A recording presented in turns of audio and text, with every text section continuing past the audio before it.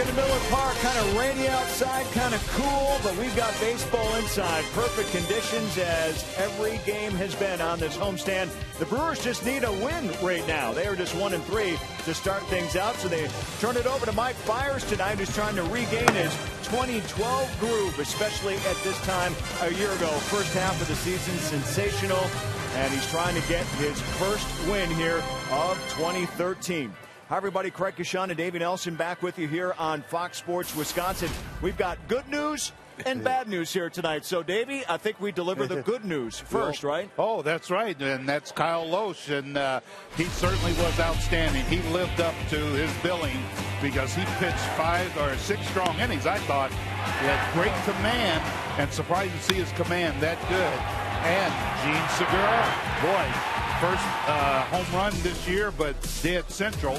And the not so good news, Ryan Braun started out with the neck injury, and then Ramos Ramirez. Yeah, Braun will be out again tonight, so he's missing 2 consecutive nights. This was the significant injury to Ramirez, re-aggravated that strain in his left knee, so he has been placed on the 15-day disabled list. No tear in the knee. That's the good news.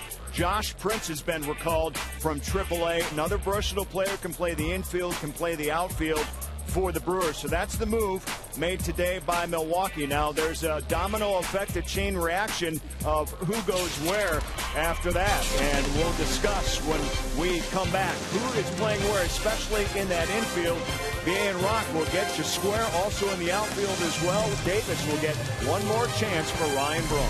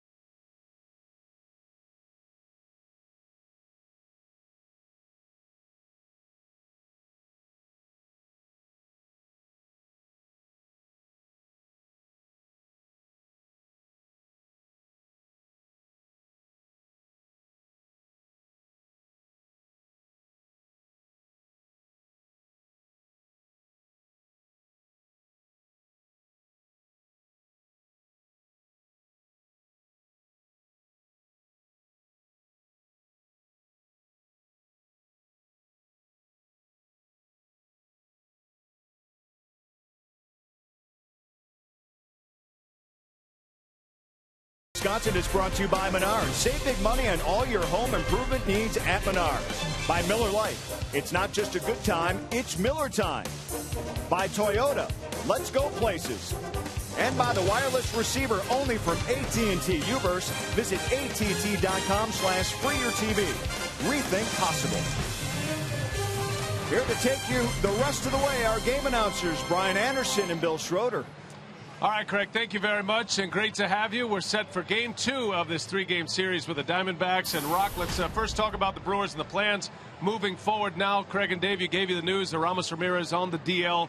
Ryan Braun not available tonight, and I think it's beyond Plan B. Looks like maybe Plan C or Plan D at this point. Everybody talking about the depth of this organization, but nobody anticipated it would be tested this early in the season. Ron Renneke has guys in positions they've never been in before. You look at first base, the Brewers are 4 deep on the depth chart already. Corey Hart, Gamble, Gonzalez, and Betancourt now getting his start. Now Alex Gonzalez is getting his first career start at third base, 5 days, mind you, after his first ever start at first base. Right. So it's going to be interesting to see. A guy like Gonzalez certainly can handle it. Betancourt picked up late in spring training, gets his first career start at first base here tonight. So the depth of this organization is on the test. Josh Prince called up recently. He can play short.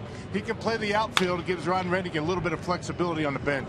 Well, we'll see if the Brewers can weather this storm, both outside, the roof is closed, and inside the clubhouse.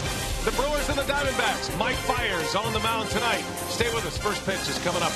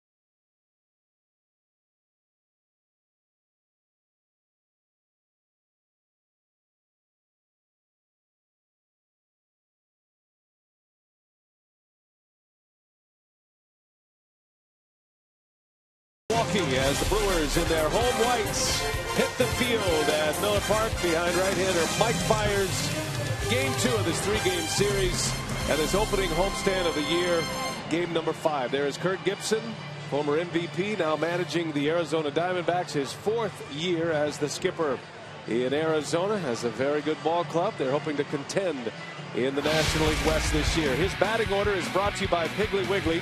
Gerardo Parra leads off, then Martin Prado, followed by Aaron Hill. Middle of the order is Montero, Goldschmidt, and Kubel. Bottom 3, Eric Chavez getting his first start of the series. Cliff Pennington and Patrick Corbin, the tall left-hander on the mound. Defensively for the Brewers, brought to you by Menards. It's Chris Davis making his second start in left field. Gomez in center, Aoki in right. On the corners, Gonzalez and Betancourt with Segura and Weeks up the middle. Lucroy does the catching once again. And Mike Fiers ready to make his debut start of 2013. Chris Davis making start number 2 in left field. Well, the Brewers are certainly hoping that Mike Fiers can get off to a very good start, just like he did a year ago. His first start in May last year. Early on, very good. You can see his numbers overall. Still good numbers at 374 earned run average and more strikeouts than innings pitched a year ago.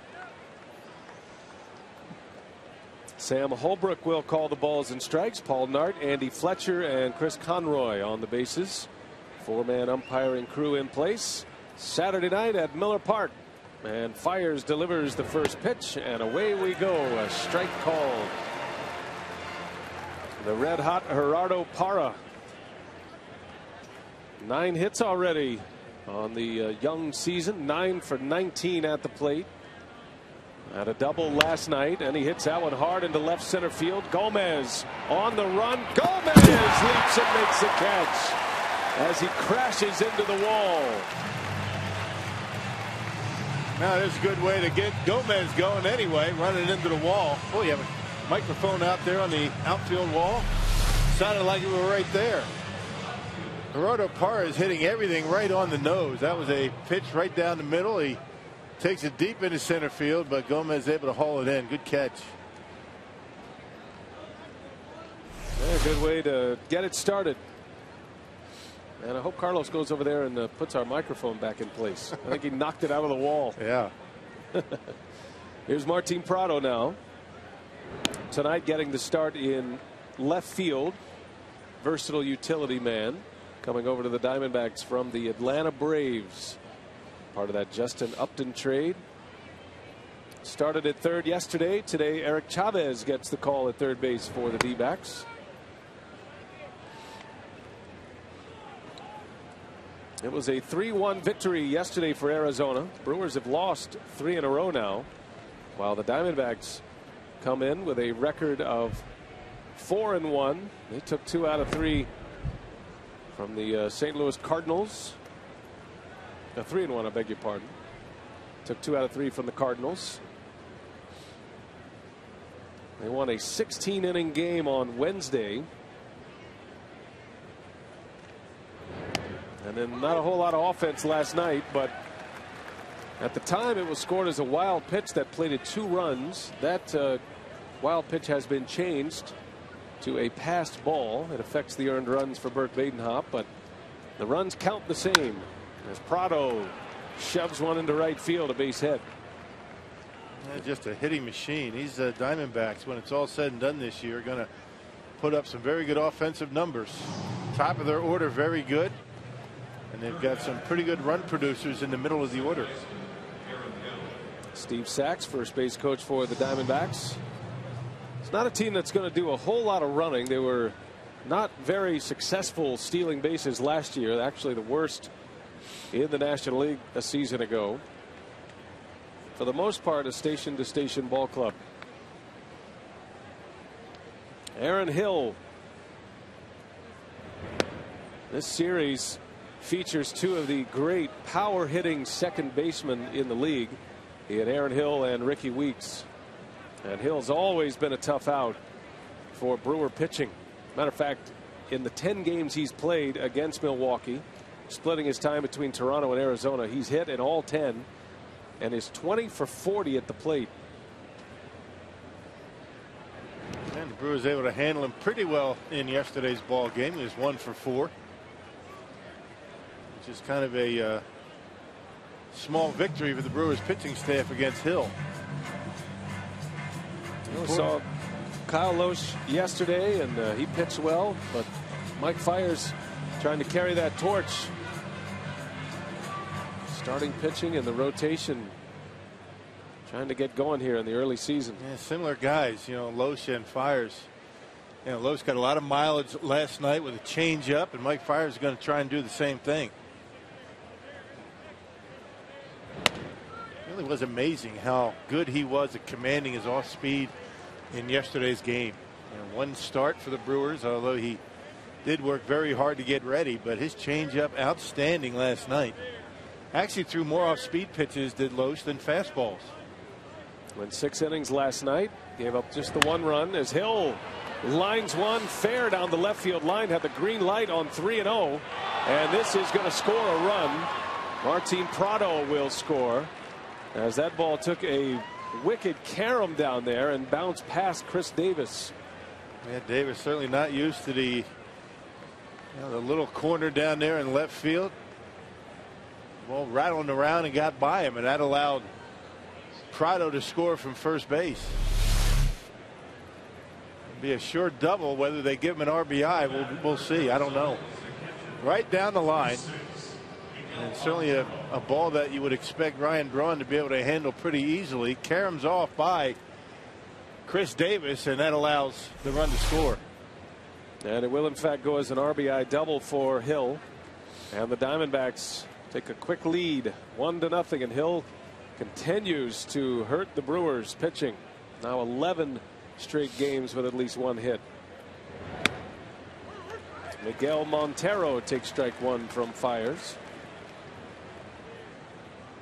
It's just been a long spring for the Brewers. They didn't have their team together. There were 13 players for the Brewers who played in the World Baseball Classic. The last 10 days the ball club was together in spring training, but then you show up to the regular season already dealing with injuries, and they are trying to weather this storm. And it's not just the fact that Ryan Braun is out. That's a day-to-day thing. Ramirez is going to be 2 weeks. It's not considered serious. Had an MRI done last night. It showed no tear in the ligament, which is a good sign. But you got to remember Corey Hart as well, and that's the big injury. So the Brewers without their 3, 4, and 5 hitters right now. It really puts a lot more pressure on your starting pitching. I mean, you don't think Mike Fiers knows that offense is going to be a little tougher to come by with Ryan Braun out of the lineup, Ramirez, Corey Hart, your 3, 4, 5 hitters in your batting order. Ron Renneke doesn't have him in there, so pitchers obviously are going to put more pressure on themselves to keep the other team off the scoreboard. D-backs with an early run here. RBI double by Hill. Montero down in the count, 0-2.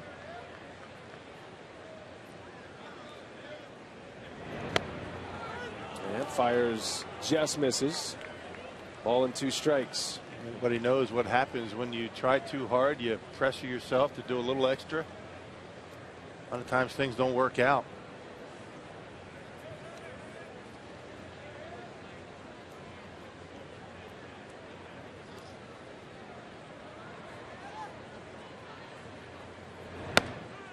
Two and two.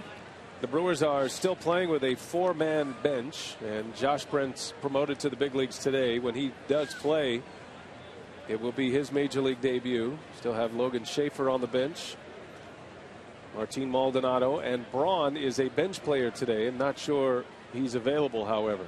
Did not take batting practice, didn't participate in any of the pregame drills today. He did make an appearance, however, to receive his Silver Slugger Award from last season, but he just doesn't look good. He doesn't look mobile. He's got tightness in the neck. No, and you know the Brewers are going to keep him out if there's any risk of him injuring that anymore. And not sure the extent of the neck injury, but don't be surprised to see Ryan get a day off tomorrow again, just to make sure that thing is done. You don't want that nagging him all year. 2 balls, 2 strikes on Montero. And he chased one, fouls it away. All right, before the ball game, Braun did make an appearance on the field and received his Silver Slugger Award. There with General Manager Doug Melvin. And was quick to give that big trophy up again. He's putting together quite a collection of hardware. Got an MVP trophy, Rookie of the Year, multiple Silver Slugger Awards. Montero lifts that one high and deep to left center. Gomez has room to make the play. So Montero is out, the second out of the inning. And a couple of deep fly ball outs in this first inning against Mike Fiers. All 4 hitters have been right on the baseball for Mike Fiers so far. Montero takes it to the opposite field, gets under it a little bit, and Gomez able to make the catch. A couple of near misses in center field. It was a rough spring training for Mike Fiers. Really had a tough time commanding his pitches and gave up a ton of runs. But ended up earning that number 5 spot in the rotation. Chris Narveson not ready to go to start the season. Here's Paul Goldschmidt now. Now Fiers on paper, if you look at the Cactus League statistics, his last 2 outings were very poor. He gave up 12 earned runs in 7 innings in spring training play. But the outing that doesn't appear on there, he did stay back in Arizona while the team came here to Milwaukee last week to play that exhibition series, and he pitched in a simulated game. Actually, it was an inter-squad game against the Brewers minor league affiliates, and he pitched well, and he recognized the fact that he's facing hitters from single A, but he did say his command was back. He was able to throw his breaking balls where he wanted to, and so he comes in with a little more confidence than he would otherwise, having had to endure 2 poor starts at the end of the spring. And they always say spring training stats don't matter, but you know that's got to stick in a pitcher's head if he's getting wrapped around all over the ballpark. Yeah, it really doesn't matter what you're doing early on. You're just working pitches and, you know, just trying to get your arm built up. But your last 2 or 3 starts in spring training, you want to have a good feeling going into the season. There's no doubt. Same thing with a hitter. You know, last week of games, you really want to feel like you're dialed in at the plate. Has Goldschmidt down, a ball and 2 strikes.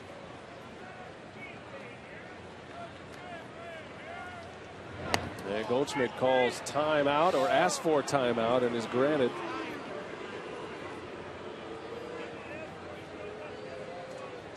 So the count remains at a ball and 2 strikes.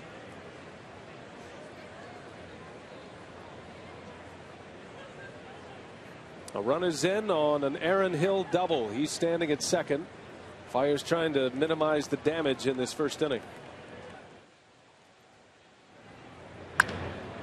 Bouncer out to Segura. And that's it for the top of the first. Brewers coming up, off and running with a bang tonight, courtesy of Carlos Gomez.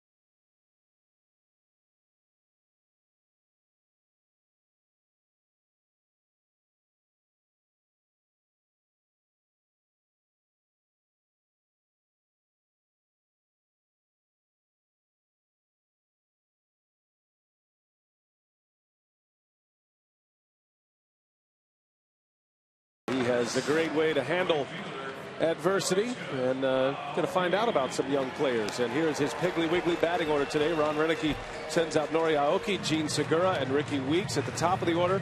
Alex Gonzalez, Jonathan Lucroy, and Yuni Betancourt in the middle, with Gomez, Chris Davis, and Mike Fiers rounding it out. And that's the lineup that will face the tall, thin left-hander, a New York native, Patrick Corbin. There you see his numbers from a year ago. 22 appearances for the Diamondbacks, 17 of them starts. Earned run average of about 4.5. He had a tremendous spring. He was in a battle with a couple of other guys for the number 5 spot in the rotation and won it clearly. Had a very good spring, and here he is tonight. Beat out Tyler Skaggs and Randall Delgado for that 5th spot in the starting rotation. He worked a lot this spring. Pitched in 7 games in spring training this year, made 5 starts, and had a .281 earned run average in those 7 games. So here he is, making his first start of the season. Nori Aoki takes a strike. The book on Corbin, he is very efficient, so you figure the Brewers will be up there swinging the bat tonight. Those a lot of strikes. Back-to-back left-handers for the Diamondbacks. It was Wade Miley last night, another guy that doesn't walk many. So I guess if you're the Brewers and you're going into that batter's box, you better attack early. These guys aren't going to walk you. Okay, with a base hit last night, he was 1 for 4. Brewers squeezed out 1 run last night against Miley and company. A Gene Segura home run.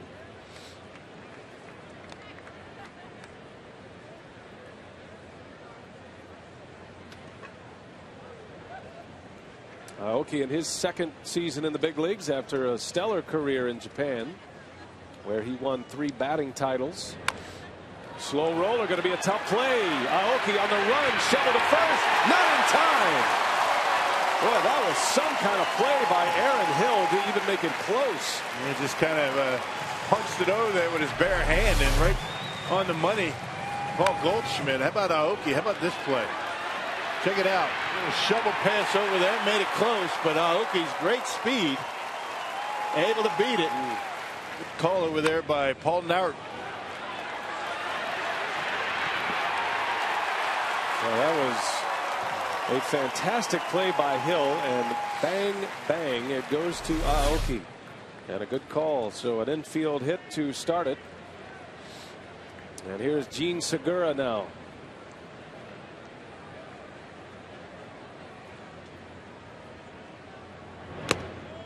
Well, Segura, a big moment last night, his first career major league home run. Was in the big leagues for the final 6 weeks of the season last season. Went homerless. You know, the only mistake that Miley made in last night's ball game, a 2-0 fastball to Segura, hit it out to center field. With the injuries, specifically the injury to Ryan Braun, Segura moves out of the 8th spot in the batting order up to the number 2 spot. Renick's had to juggle his lineup a great deal, as Weeks hitting third today with Alex Gonzalez in the cleanup role. And the big question coming into tonight's game, where does the production come from for the Brewers? Well, the 2 hottest hitters, the shortstop and the second baseman right now for Milwaukee. Segura and Weeks, both over 400. Well, Segura is 6 for 14 to start the year. With that home run, his lone extra base hit for the season.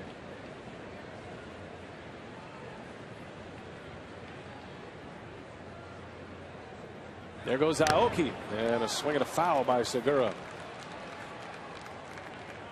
Brewers are an aggressive team anyway on the base paths, but you figure Renick's going to even add to that without his big sluggers in there, Ramirez and Braun. Gonna have to manufacture some runs here. Craig and Davey had a good conversation on our Brewers Live pregame show about some of the small ball the Brewers will have to play here. Still have some speed in the lineup.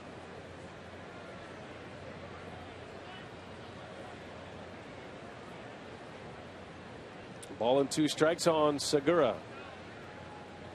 Yeah, the Brewers are without about 100 home runs when you have the 3 guys out. Ramirez, Braun, and Corey Hart. A lot of production.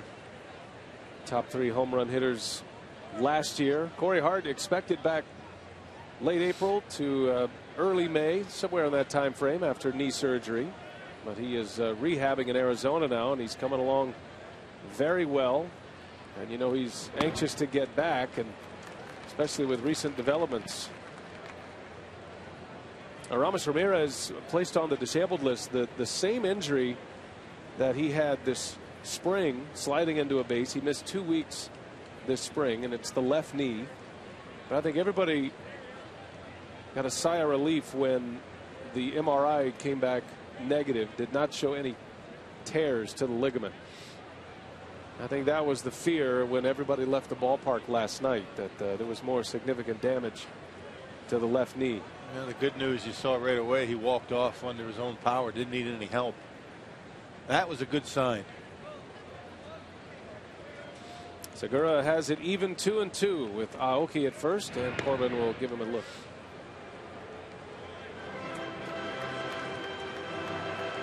One thing you realize when you watch the Diamondbacks, Kirk Gibson requires his pitchers to hold runners on very close. They all do. Corbin was pretty good keeping Aoki close. Wade Miley very good at doing that. Understands the benefit of holding runners and minimizing the running game for the opponent.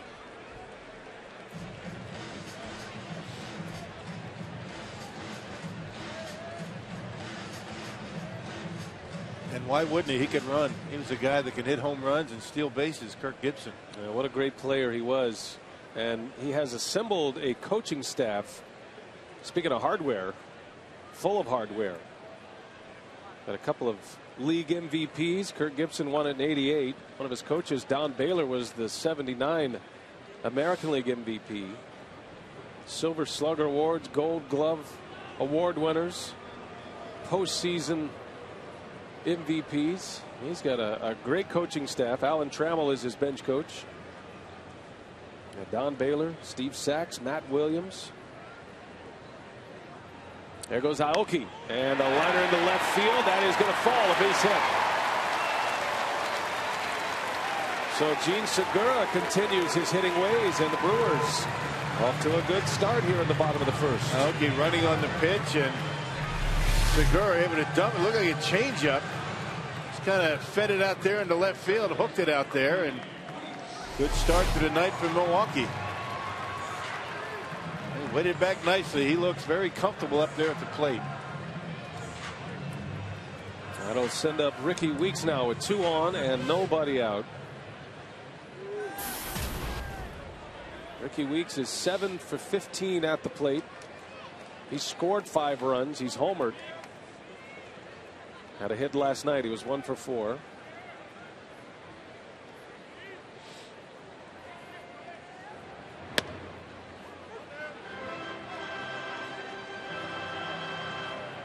Well, he becomes the one big run producer that Renicky still has available, and that's why he puts him in the 3 spot in the batting order. And he's up there in the first inning with a chance to drive in some runs. The Diamondbacks scored in the first on an Aaron Hill double, who drove in Prado, and now Weeks trying to answer.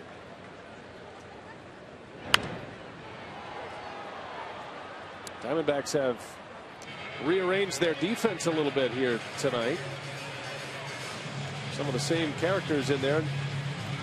But Kirk Gibson has balanced his playing time. He's playing with a 5-man bench.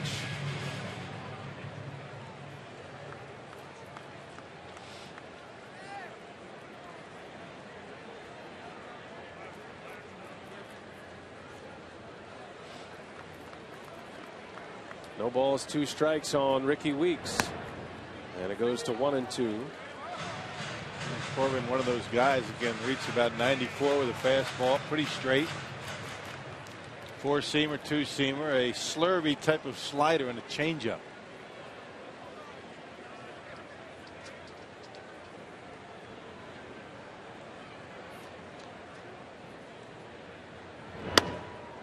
Missed inside, ball 2. Good take by Weeks.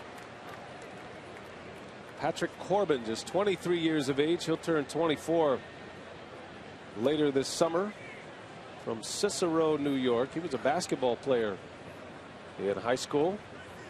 Basketball and baseball. Thought basketball was his #1 sport.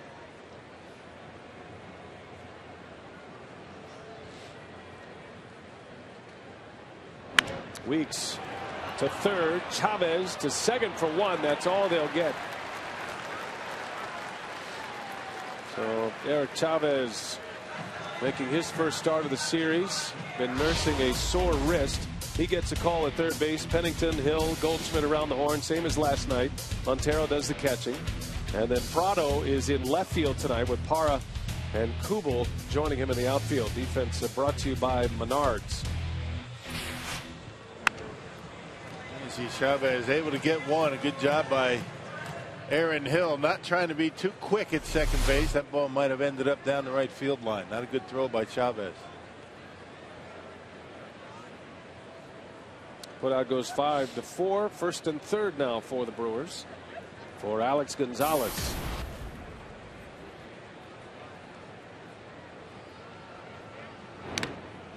Well, Alex Gonzalez spent the offseason looking for, hoping for an everyday job in the big leagues as a shortstop. That offer didn't come. I think there was a lot of questions about Gonzalez and the surgically repaired ACL knee surgery last year in May. And he said, he told his agent that if I don't get a starting shortstop position somewhere, I want to go back to Milwaukee as a utility player. But I bet he never bargained for this much playing time. And starting at two positions where he's never started before as he drives out in right center. And that is going to be caught.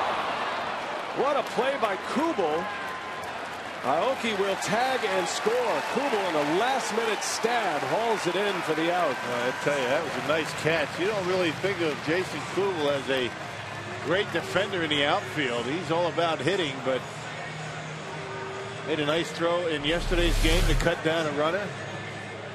And doing a nice job angling back with his ball out in the gap. It was slicing back to him, which helped him just a little bit. But that was a nice catch right at the warning track. But Alex Gonzalez ties the game with a sac fly.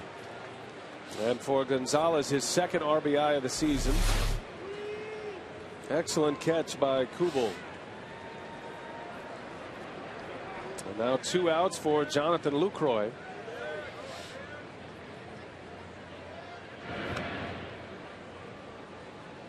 Lucroy is hoping tonight is the night that he breaks out of a slump to start the year. He is hitless in his first 13 at-bats. That RBI he has posted came in the Brewers' first game, that walk-off sacrifice fly to beat the Colorado Rockies. He's just such a good hitter. He's got a good approach. What he's been doing lately, rolling over a little bit, and a lot of ground balls to third and short, something you don't see from Lucroy very much. His timing is just a little bit off. He's a little bit out in front.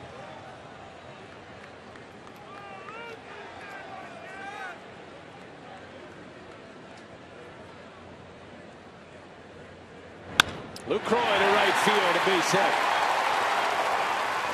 That's why I like it. That's Lucroy's game right there. Didn't roll over on that one. First hit of the season brings a smile to his face.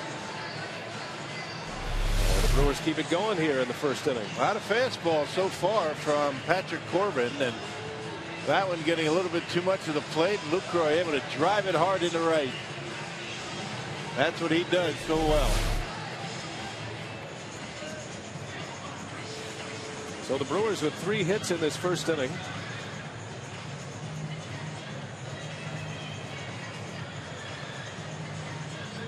And here comes Yuni Betancourt now.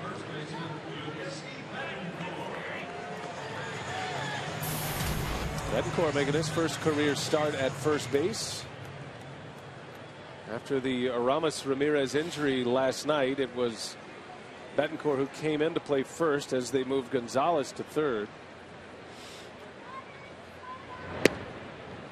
Well, you got to love the attitudes, though, of these two shortstops, these veteran shortstops the Brewers have, Betancourt and Alex Gonzalez. They just want to play. They want their names to be in the lineup, and doesn't matter where they play, even though it's a position that they haven't played much. They both look comfortable. Well, it's good you have veteran guys that you can call on to do these types of things. And it'd be different if you're talking about a young kid just trying to get his feet wet and having him moving all over the diamond. Alex Gonzalez has seen just about everything, and he's played now just about everywhere. Betancourt was in spring training camp with the Phillies as a non-roster invitee. Had a great camp in Florida with the Phillies. Hit over 400 this spring. Pulls that one to third. Chavez has the long throw, and not a problem. So the inning ends, but the Brewers do some damage. They score a run on 3 hits, and they tie it up.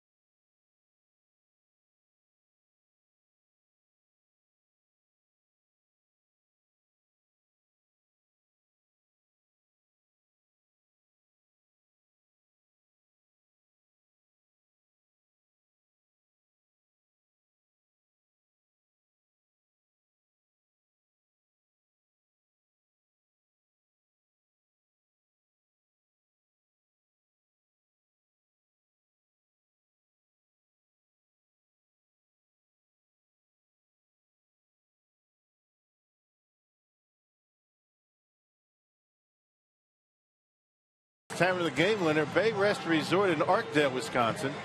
They call the Brewers in the next 24 hours. They get 40 Miller Lite beer pen tickets to a Brewers home game this year. This offer courtesy of the Tavern League of Wisconsin and Miller Lite. Mike Fiers ready to go here in inning number 2. Diamondbacks getting a run on 2 hits. Prado a single, Aaron Hill an RBI double in the first inning. Fiers facing Jason Kubel. Saved a run with his glove just a moment ago. Brewers put a shift on for Kubel, playing him to pull. Longtime Minnesota Twin, now in his second year with the Arizona Diamondbacks. He spent 7 years in Minnesota. He had a big year last year for the D-backs. Popped 30 homers, drove in 90 runs.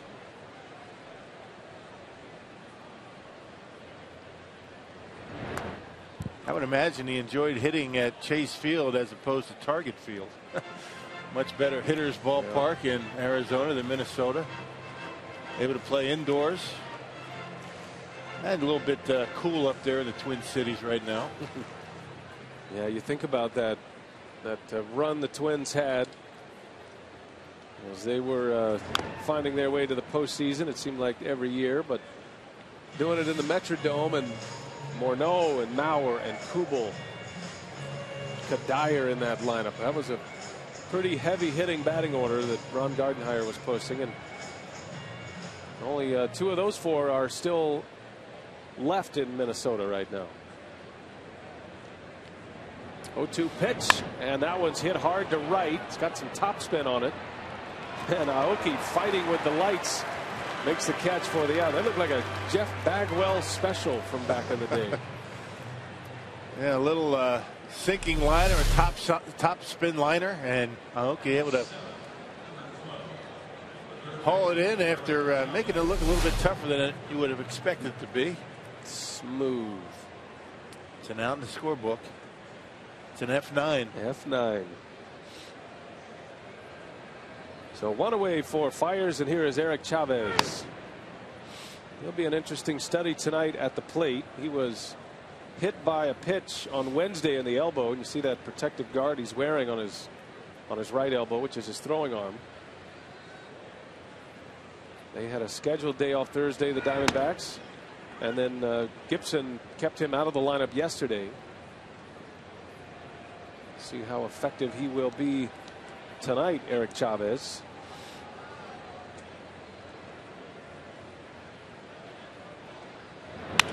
Chavez slaps one back up the middle, a base hit. He can hit, though.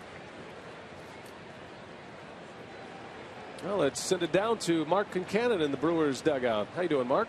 Doing great, B.A. Mike Fiers told me he was disappointed in his finish last season. He knows fans thought he got tired, so he worked out this winter adding some muscle. He thinks that will help his endurance. On a personal note, Mike told me he was disappointed this winter. He and his buddies planned to cruise, but it fell through. Here's Fiers, a Florida guy, grew up around the ocean, has never been on a cruise. He says maybe next winter. Well, he had work to do, right? Had to get ready for his opportunity this season, and he knew he was going to have a great opportunity to be in a starting rotation for the first time. And you have to remember, Mike Fiers is on an opening day roster for the first time in his career. He arrived to the big leagues in late May of last season and was stellar. His major league debut, at least his first start in the big leagues, was against the Dodgers. And he was outstanding that night. And there was a period where Mike Fiers, going all the way to mid-August, still had an ERA in the 1s. Yeah. His first 16 starts, he had a 288 earned run average, and what Mark's talking about. Last 6 starts, a 7 earned run average. So yeah, Mike Fiers really didn't feel as though he tired at all. He just didn't really have his command. And that ball's hit hard to right. Aoki is back, and he's got it for the out as Cliff Pennington flies out. There have been a number of deep fly ball outs so far. And another top spin liner out to Aoki, but you know, Fiers ended up with a 3.74 ERA, and nothing shabby about that. That was 22 starts. a 9-10 record. You know, he came up at the end of May. Everybody figured maybe 1, maybe 2 starts, and he was going to be heading back to the minor leagues. But he pitched so well, he forced the Brewers to keep him. Made 1 appearance against the Diamondbacks last year. That was here at Miller Park in late June. And during that stretch, Fiers had a typical outing where he went 6 innings and no earned runs. He gave up just 2 hits, had 10 strikeouts against the Diamondbacks in late June of last season. Some kind of story last year for the Brewers, and he was a centerpiece on why the Brewers were able to get back into the pennant race when it looked like they were dead and gone. So much so they traded away Zach Greinke. Sean Markham was injured. He really never came back with any success. There was guys like Fiers and Rogers and Willie Peralta. The bullpen started putting it together. Axford regained the closer's role and was very good at the end of the season last season. And when it was all said and done, the Brewers finished with a record over 500. Quite a comeback last year.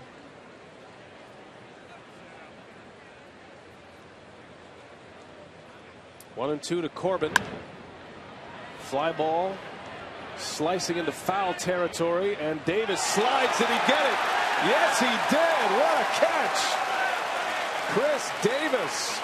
How about that play sliding up against the tarp? So Chris Davis has his first gem of the year. And of course he's coming to bat next inning. All tied at 1.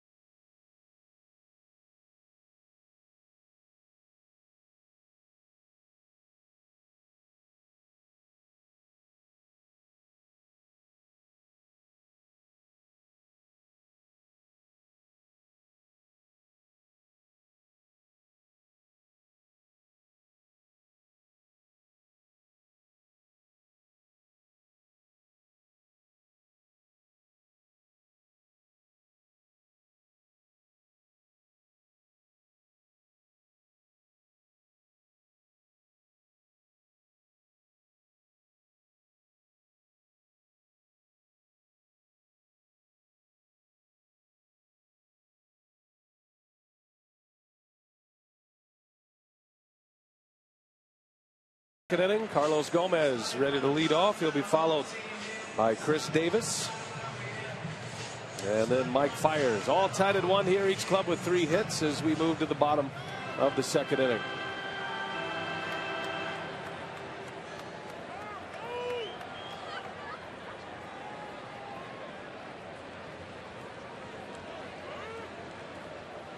Patrick Corbin back on the hill and throwing a lot of fastballs early. He comes with a reputation of a very efficient pitcher. Throws a lot of strikes. Tries to keep his pitch count low. As a matter of fact, in his 15 starts, averaged 82.9 pitches per start, which overall last year was the 6th lowest. And Rock, he's a guy who averages less than 15 pitches an inning on average, and for a young pitcher, that's a pretty good foundation to build off. Yes, it is. He had 22 pitches in the first inning, and we were told that Corbin is a guy that has a lot of movement on his fastball, sinks it, cuts it. Gomez sends one into center field, and there is out number one. Well, between innings, we had a chance to visit with Brewers bullpen coach Lee Tunnell, and we asked him to put the pieces together in the bullpen tonight for us. Well, pretty much everybody should be ready and available tonight. We're not off to that great of a start. We've had a couple of innings that were just kind of goofy innings, from the one last night to the one that we didn't have a ball hit out of the infield the other day against Colorado. So we've had some challenges so far, but that's kind of, you're going to expect those kind of things during the year. It's just happening early in the year for us this year. So, everybody's kind of figuring out their place and where they fit. But we all ought to be ready tonight. There's Lee Tunnell. We appreciate his time. And, for a guy who had a lot to do with the reclamation of John Axford, and before Axford made it to the big leagues, I think he certainly has his eyes on Axford in that closer's role, and some of those veteran left-handers, Gorzolani and Michael Gonzalez. And he's a mechanics guy, Lee Tunnell, and he'll be certainly trying to work through the bullpen trouble that we've seen so far this year. Chris Davis, right center field. That ball is well hit, and it's off the wall.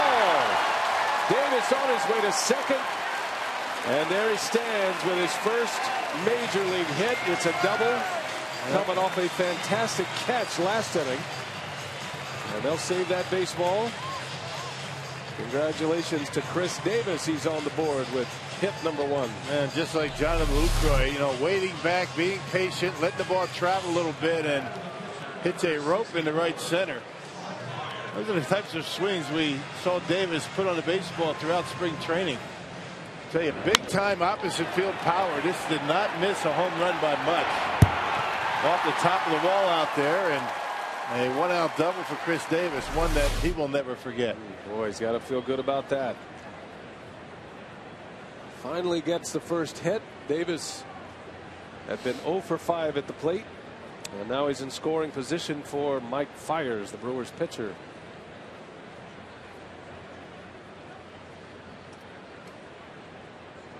He's not a big guy. He's 5'11", according to the Brewers media guide, 200 pounds, and he packs a punch in that bat. Making his second consecutive start for the injured Ryan Braun. Braun is out with neck spasms.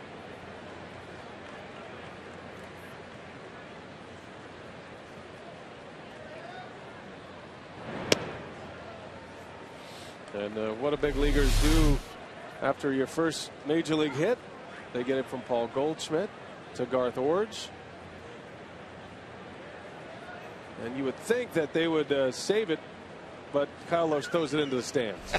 The old bait and switch. That's good. That's not the one, obviously. That's not the hit. He had that one in his hand, but I would imagine Chris Davis did a little bit of panicking right there. Yeah, that's the real ball.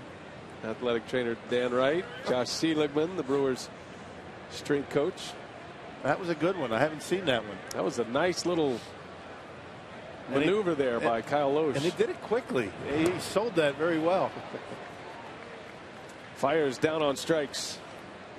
The second out in the inning. First strikeout for Corbin. It's all in the technique, Brock. Little sleight of hand for Kyle Loesch. Check it out. Look how quickly he does this. There it is. Bingo. Throws it off with the other hand, so that's not the one. A budding magician. Looks like his changeup last night. Yeah, right? boy, what a changeup it was. Now you see it, now you don't. Top of the order, Nori Aoki.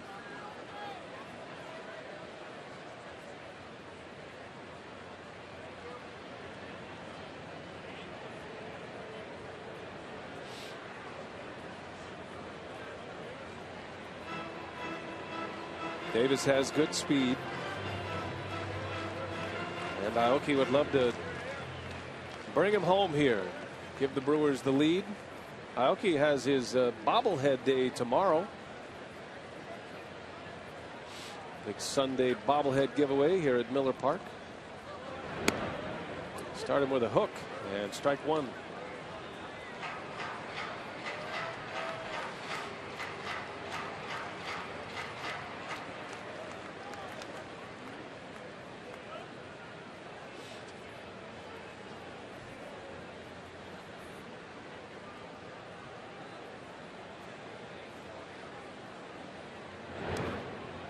Good block by Montero.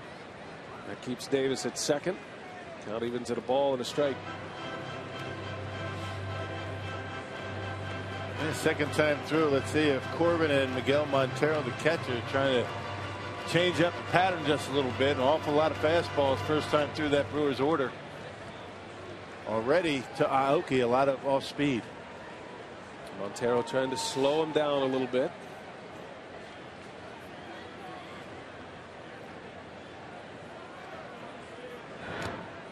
Aoki able to lay off. And it's 2-1 now on Nori. Had an infield hit in the first inning. Now 5 for 19 at the plate to start the season. Backhand on Montero. Not the way you'd like to see him block it, but he was effective. He got it done. Aoki is normally a very selective hitter, but he has only walked one time this season.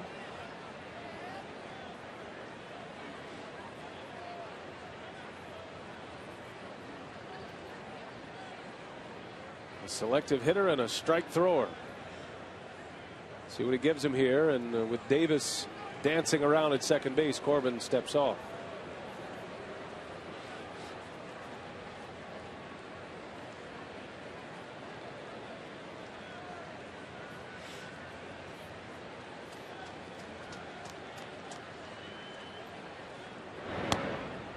That one missed. 3-1. Corbin made his major league debut last year. His third full season in the organization. He was traded to the Diamondbacks from the Angels. Certainly a name Ron Renicky would have known about their time together with the Angels, although Corbin was pitching in the minor leagues at the time Renicky was the big league bench coach. That one missed outside. Ball 4. So there's walk number 2 of the year for Aoki. The patience pays off, and the Brewers with 2 on for Segura. Corbin just couldn't get the breaking pitch over for a strike. Aoki not going after it, and just did miss the outside corner with that 3-1 pitch.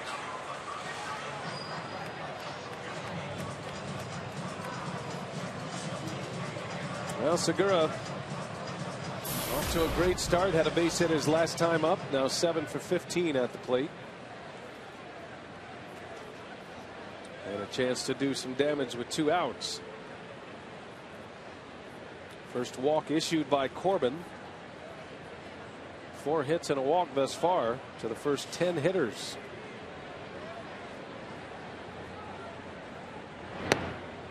There's a strike. That fastball had a little zip on it. 93, 94 he's been topping out at so far. And pretty straight. Miller Park, Milwaukee on a Saturday night. Great to have you with us. Brian Anderson, Bill Schroeder, Mark Concannon, and Sophia Minard.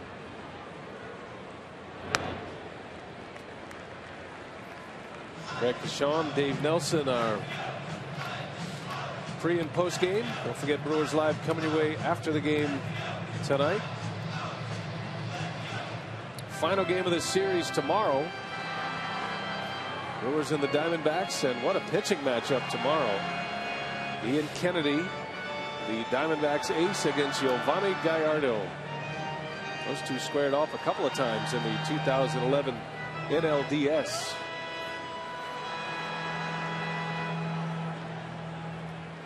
Brewers will hit the road for the first time Monday. Trip down to Wrigley Field, or as folks around here call it, Miller Park South. Cubs home opener on Monday. 1-1 to Segura. 2 balls and a strike. Corbin is just off the edge. Yeah, Corbin's mechanics have kind of gotten away from him just a little bit. That's why Montero went out to have a chat with him, kind of pulling that front shoulder and leaving everything up and away.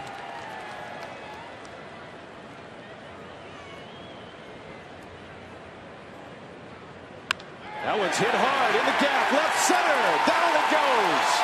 In to score, Davis. Segura to second. The throw is late, and it's an RBI double for the Brewers shortstop. And the Brewers have a 2-1 lead. I love the way that kid attacks when he has the count in his favor. Last night, the home run on 2-0. This time, a 2-ball, 1-strike fastball, and Segura able to drive it out there to left center. Here it comes, another fastball. Segura right on it. He barrels it up and drives it into left center, and another RBI for the Brewers shortstop. Corbin just can't seem to get ahead in the count in this inning.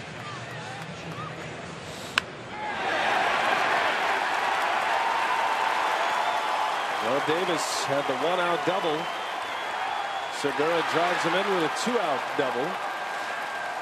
Could have been a close play at second to throw short hop hill.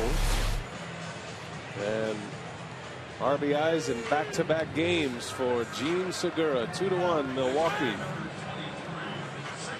And that'll bring up Ricky Weeks with runners at second and third now.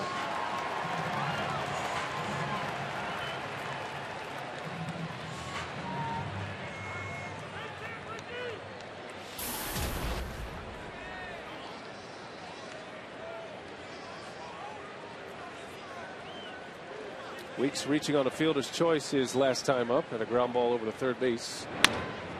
And a bouncer to short. Covington with a bad throw, but a tag by Goldschmidt for the out. And the inning ends. The Brewers strand 2, but they take the lead. Chris Davis with his first major league hit, a double. And then he scores on the double by Segura. 2-1.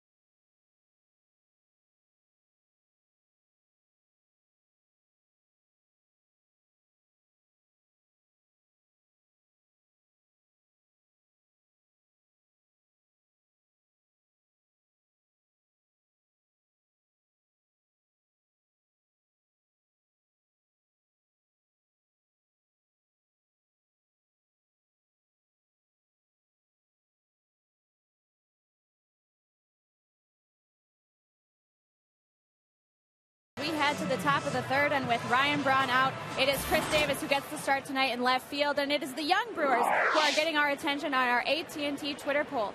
Which Brewers reserve do you think will step it up the most? Is it our left fielder Chris Davis, Logan Schaefer, or Josh Prince?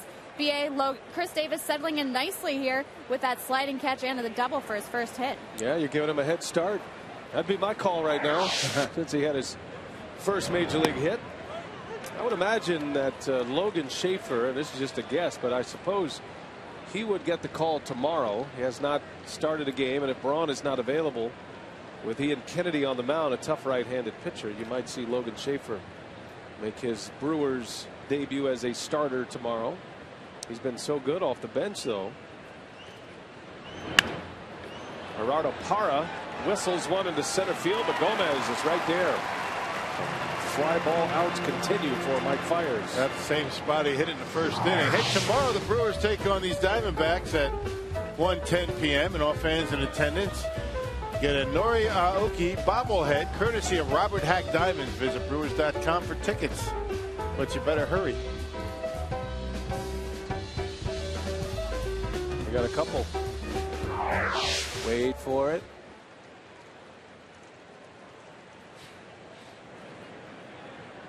Which one do you want, Rock? The ball and glove? That's more your era. Why don't you take that one and I'll take this one. A little frightening. You that close to this camera, actually. It's probably better back here. A little startled.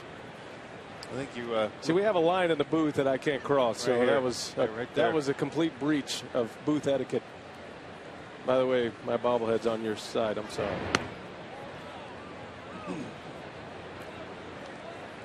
Nori Aoki bobblehead. I noticed some of the Japanese media covering Aoki.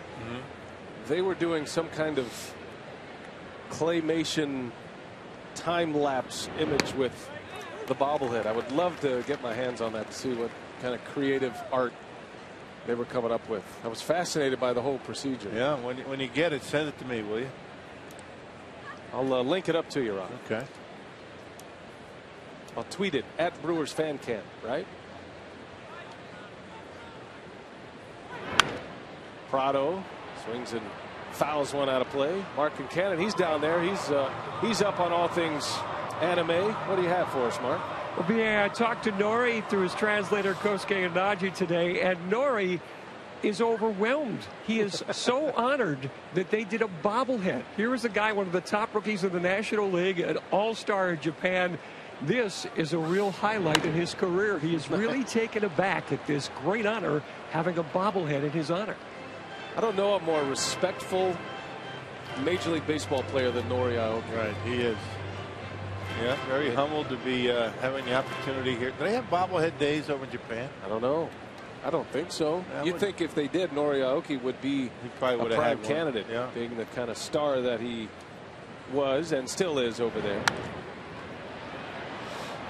But Nori's one of those guys, you know, he doesn't speak much English, but he certainly has enough to get around and communicate inside the clubhouse. And Kosuke Anaji is always with him, but he's very complimentary. He'll say things, you know, to different guys.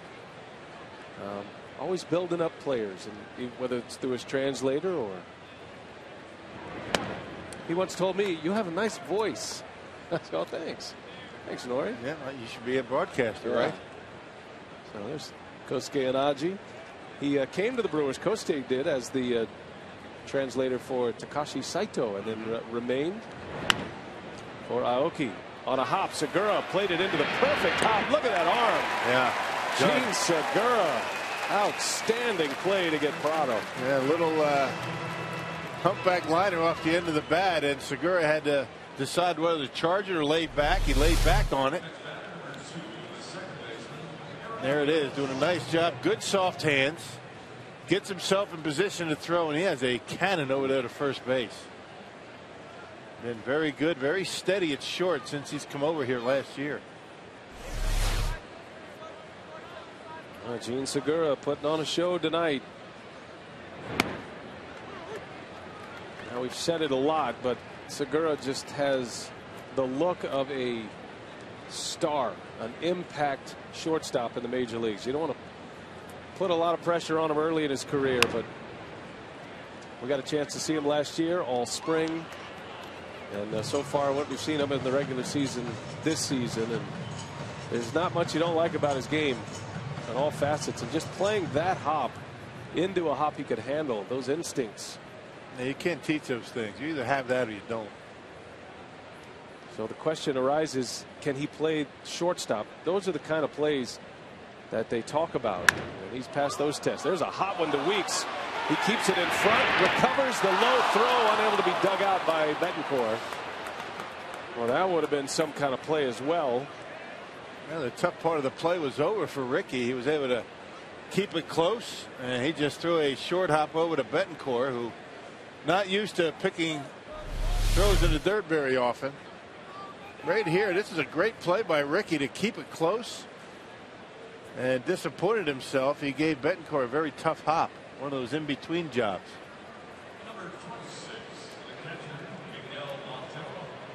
And that's a tough scoring decision, because, as you mentioned, the hard part was over. The throw was poor, and Bettencourt unable to pick on the back hop, and it will go as an error on Weeks.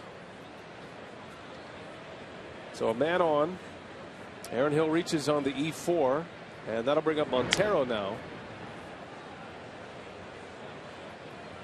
It's always a good debate, plays like that, because if you start the highlight after he's got the ball in his glove and he's about to make the throw, then it looks like an error. But right.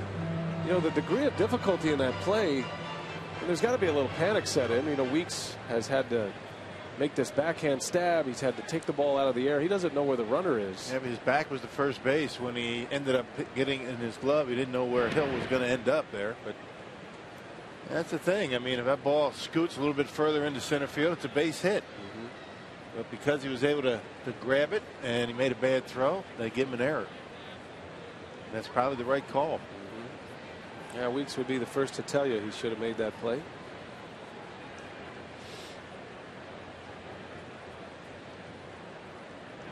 Montero sends it high in the air. Weeks is back in the grass, calling and catching, and that's the inning. So Mike Fiers putting up back-to-back zeros. Brewers lead 2-1.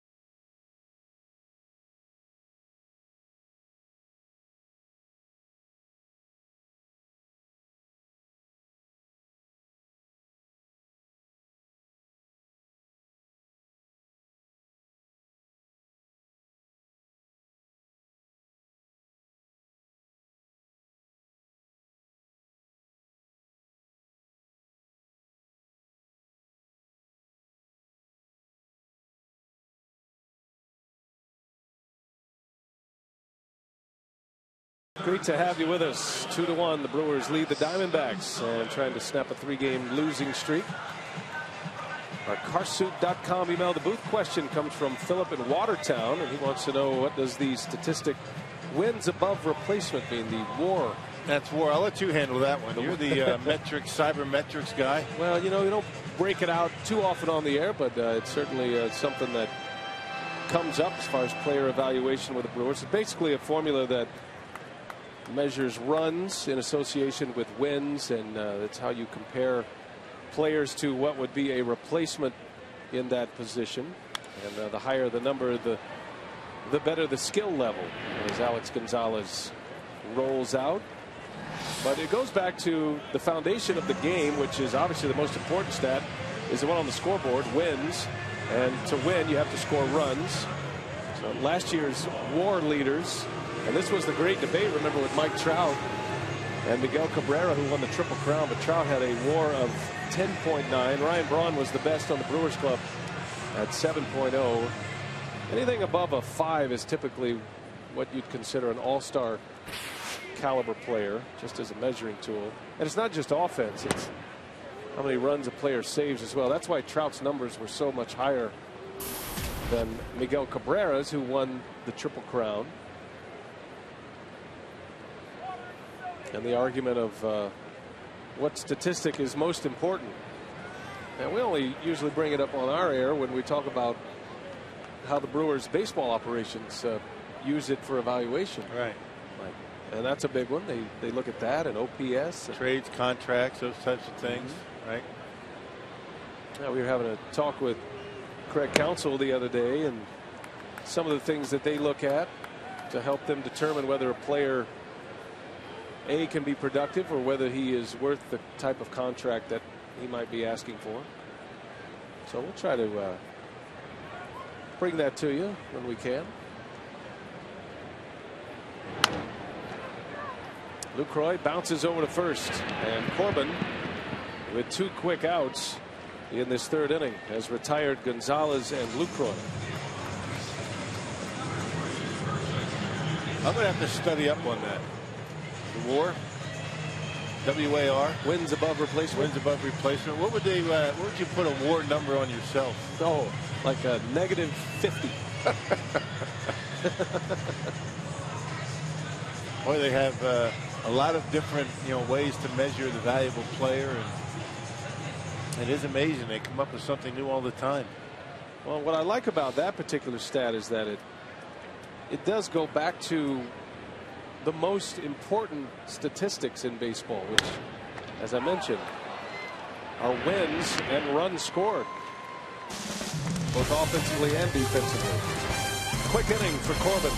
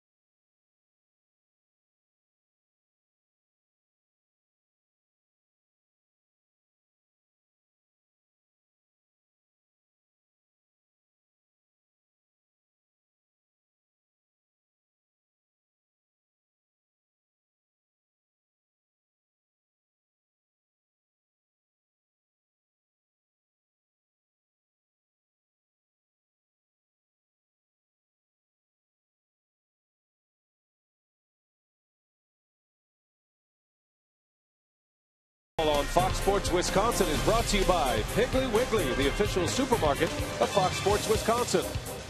And by Marshfield Clinic. Don't just live, shine. Brewers baseball tonight, Saturday night in Milwaukee, Wisconsin. Great tailgating scene out there before the game, despite the cool temperatures and a little bit of rain that came down before the game tonight. But we're all sealed up. The roof is closed. Perfect baseball conditions inside Miller Park tonight. 2-1 Brewers. We head to the 4th. Paul Goldschmidt leads off for Arizona. Mike Fiers giving up a 1st inning run. Back-to-back hits in that 1st inning. An RBI double by Aaron Hill produced the run. He's given up just 1 hit since as Goldschmidt fouls it away.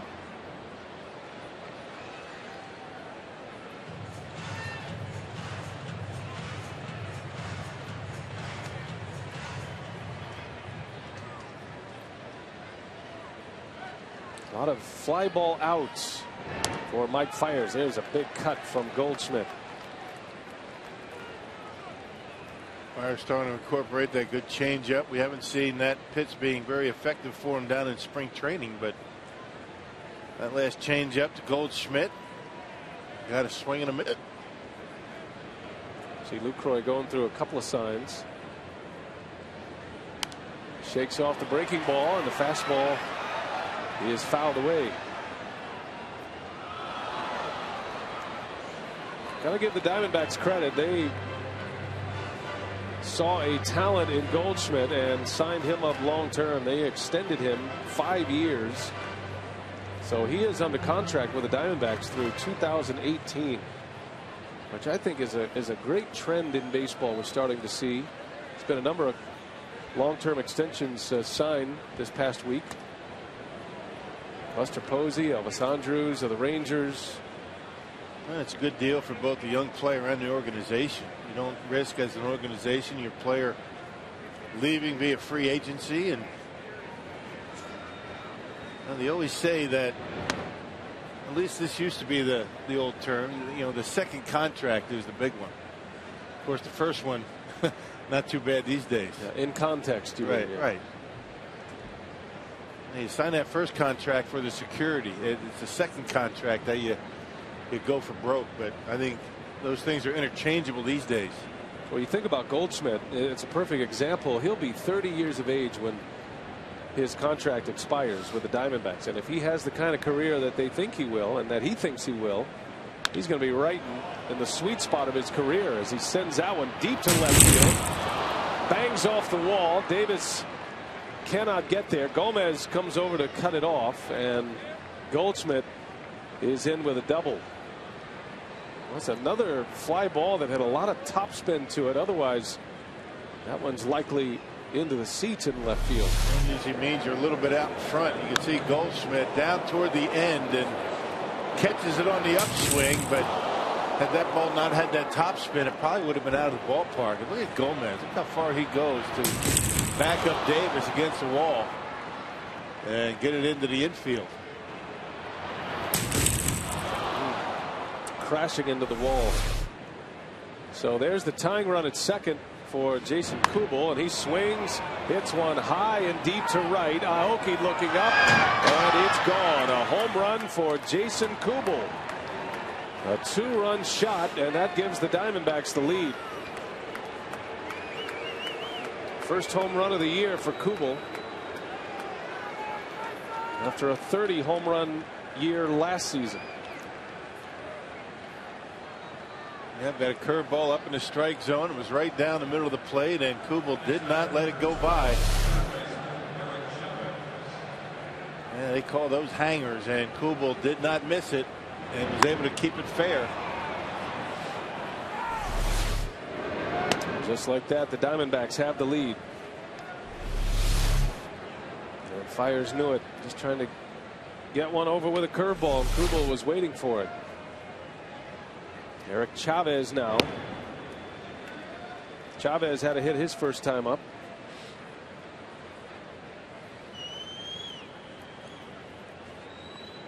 Chavez coming over to the Diamondbacks from the Yankees. Bouncer, and Fiers whiffed, and that's going to get through for a base hit. Fiers normally fields his position well, but that one I think fooled him a little bit.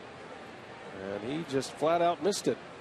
And another pitch off the end of the bat, and even with the shift that the Brewers incorporated, able to sneak that one into center field. You can see where Segura is, and one that Fiers probably should have had. You're right, he whiffed on it. Wasn't hit that hard. 3 straight hits to start the 4th inning. Still nobody out. Here is Cliff Pennington, switch hitting shortstop.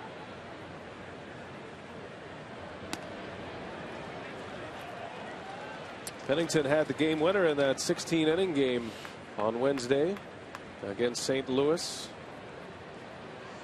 Ended that 5.5-hour marathon in Arizona.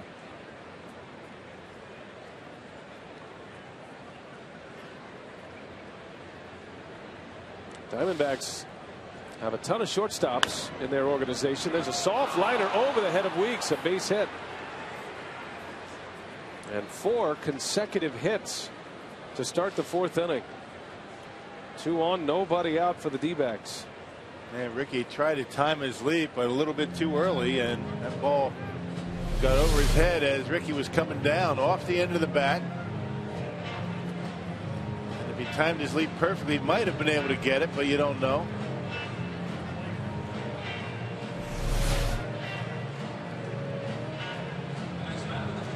Well, here is Patrick Corbin, the Diamondbacks pitcher, likely up there to bunt the runners over.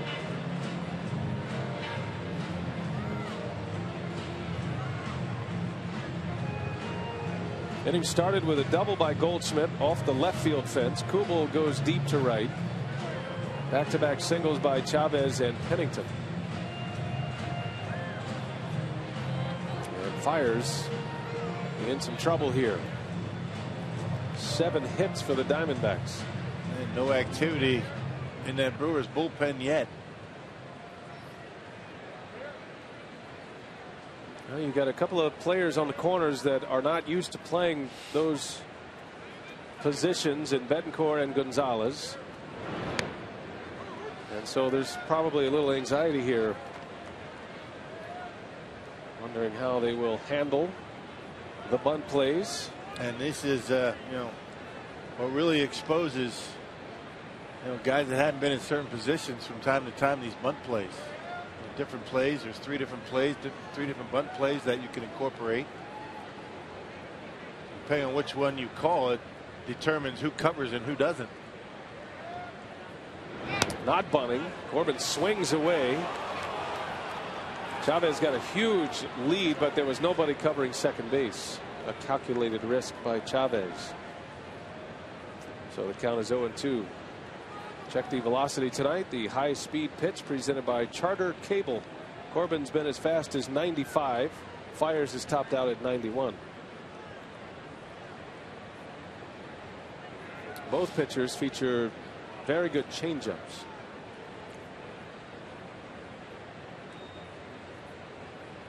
No balls, 2 strikes on the pitcher Corbin at the plate.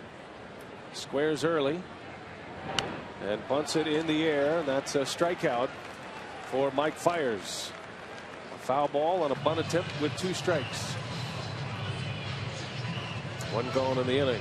Hey, don't forget, tomorrow NASCAR heads to Martinsville, the second short track race of the season. Jimmy Johnson will be there, the Daytona 500 champ. Fox Sports exclusive coverage of Sprint Cup Series racing. It all begins tomorrow, 11:30 a.m. Central. NASCAR on Fox.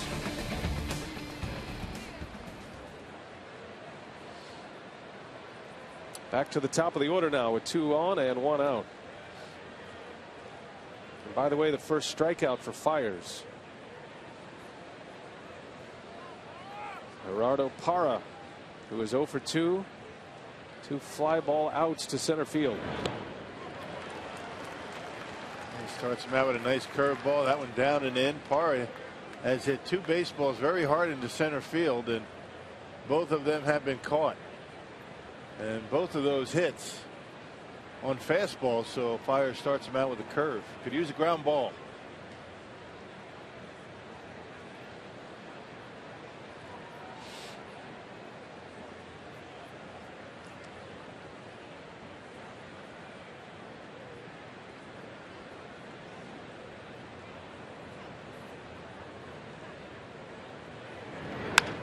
And Parra shoots one into left field, a base hit.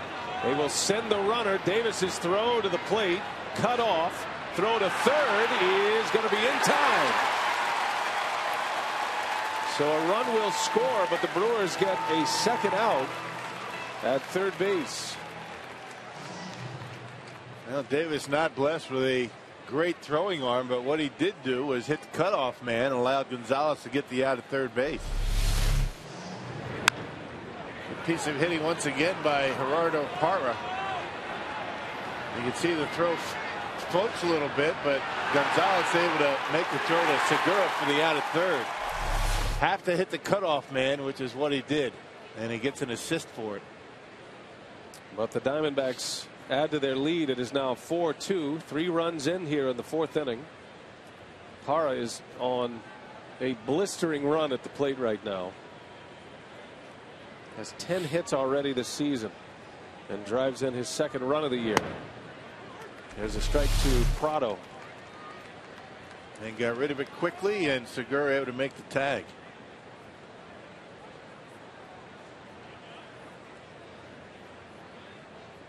Well, Segura didn't give him any path to slide in, did he? No, he did not. Like a catcher blocking home plate. The risk of sliding head first.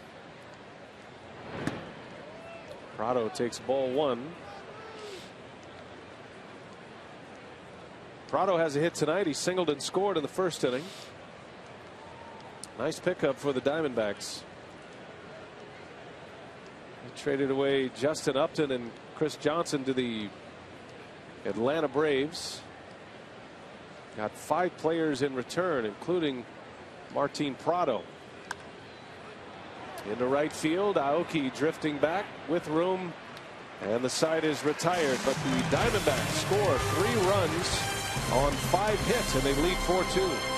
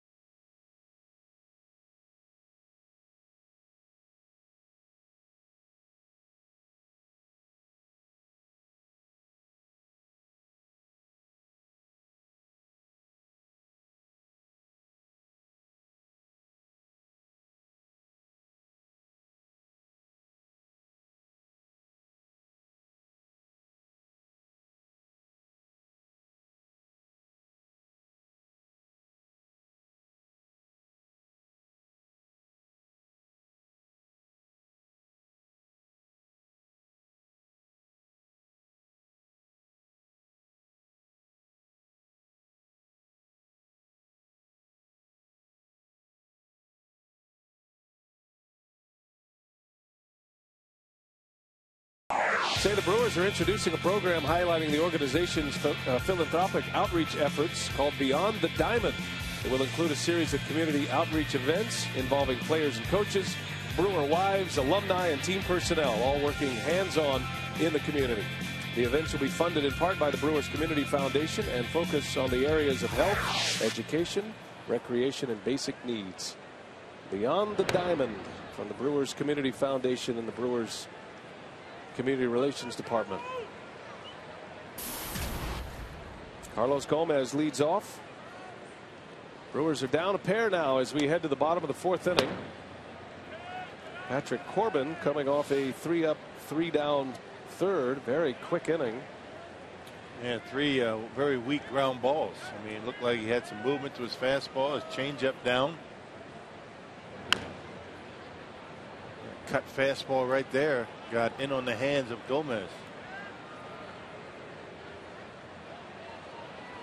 First 2 innings, Brewers had ample opportunity to put up some big numbers on this left-hander. And left 2 on base in each of the first 2 innings. Gomez a little half swing. He's able to check his swing. And the count goes to 2-2.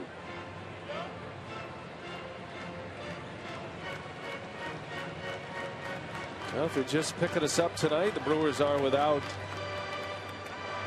the middle of the order. Corey Hart has been on the disabled list, not expected back for 3 weeks, maybe 4 at most. But Ryan Braun is day-to-day. He's out with neck spasms. Injured his neck yesterday taking batting practice. And Aramis Ramirez in the 4th inning last night, trying to stretch a single into a double, was thrown out and hurt his knee sliding into second. He was placed on the disabled list. Gomez, a slow roller. That'll roll foul. So you got an injury that's day-to-day. You've got at least a 2-week DL stint for Ramos Ramirez, and then you've got Corey Hart, who is inside a month from returning. And you're talking about the majority of your home run power and the meat of your order. I mean, talking about your 3, 4, and 5 hitters. Those are tough guys to be without. Powerball home run leaderboard. This is what it looked like at the end of last year. Braun with 41 led the National League. He and Ramirez and Hart 1, 2, and 3 on the club in homers. A team that led the National League in home runs. And none of them available. And it's amazing how fast things happen. And you know, Ron Renick's a really even-keeled manager. Nothing really gets to him. He's been through it a number of times as a player, as a longtime coach, and now a third-year manager. But he's having to go deep into the alternate plans with these injuries. Slow tapper, going to be a tough play. Pennington coming in, and the throw just does get Gomez. That's 5 in a row retired by Corbin.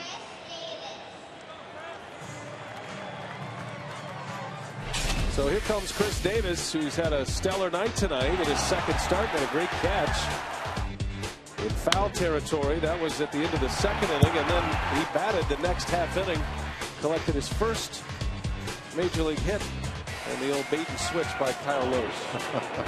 And then gets credit for an outfield assist. Yeah, hit the cutoff, man. That's what you're supposed to do as an outfielder, and he got an out. I figure the more at bats he gets and the more comfortable he's going to be. It's one thing to do it in spring training. It's another to do it with that third and fourth deck in these major league stadiums. It's a much different animal altogether. Well, we talked about Davis and the fact that he has big power, but he hits for average as well. And you talk to those that have seen a lot of him coming up through the Brewers minor league system, and they say he has tremendous plate discipline. He doesn't typically chase out of the strike zone. Very advanced in that category coming up through the minor league system. He hit over 300 between AA and AAA last year. He can run, and getting an opportunity here in the big leagues. Back to the mound, Corbin. Easy play, 2 outs. And the big left-hander has settled in here. So he's retired 6 straight and will face the pitcher, Mike Fiers.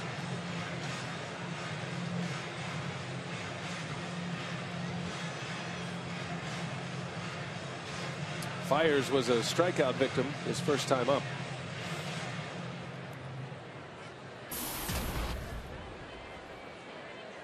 Both pitchers with just 1 strikeout, and they have each struck out their mound opponent.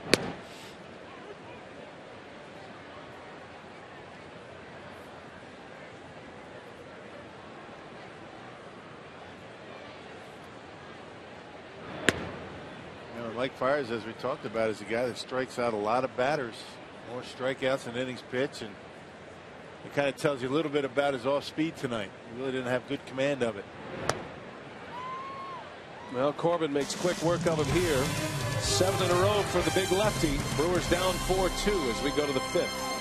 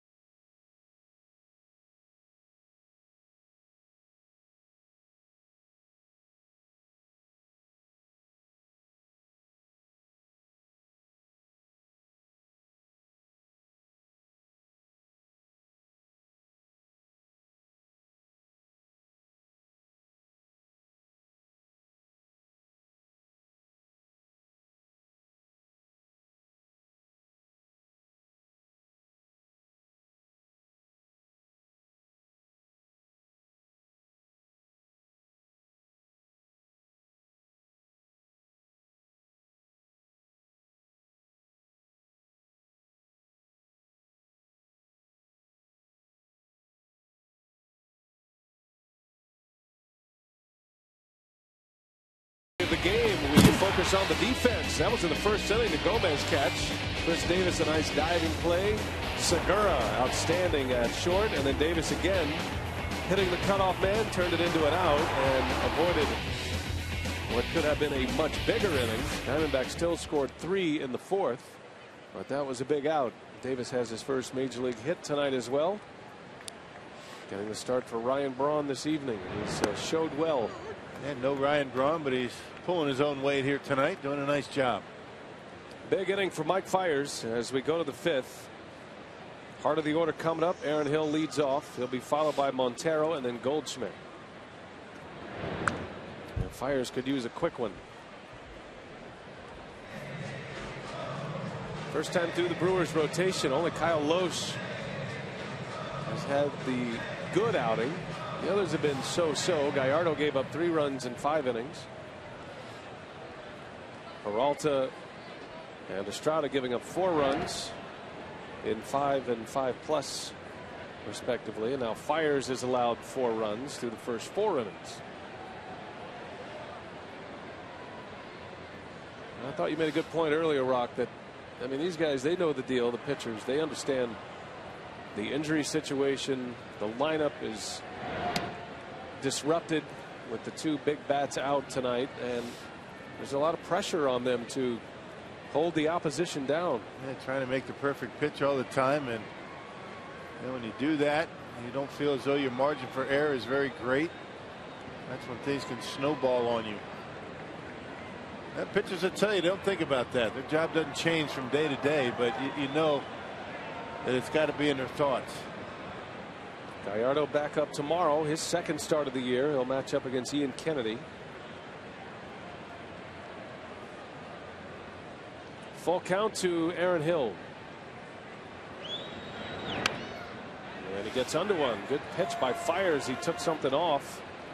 And easy for Segura for the first out, and a big bat to retire in this 5th inning. Yep, a changeup that was inside on Hill, and he jammed himself. And you can see he spreads those fingers apart and chokes down that velocity off it. And here it comes, and you can see him down on the end, actually. That was a great look at the grip of Mike Fiers, and that's his game, just to change pitches. Buries that ball in his hand, and depending on the grip you put on a baseball, you can alter velocity, 2-3 miles an hour, depending on how far you spread the fingers apart. And that makes a big difference. Just that little bit of speed that you take off, you add and subtract just a little bit. It's all it takes to keep the baseball off the barrel of the bat. Get him on the end, get him down on the handle a little bit, keep him off balance.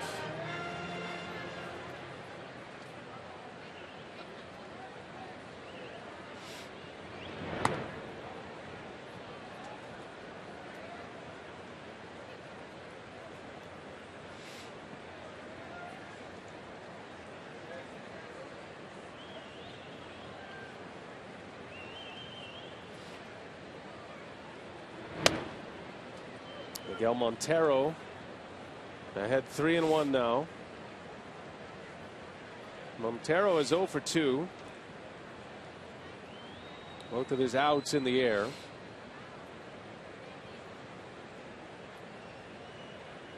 And it goes to 3-2.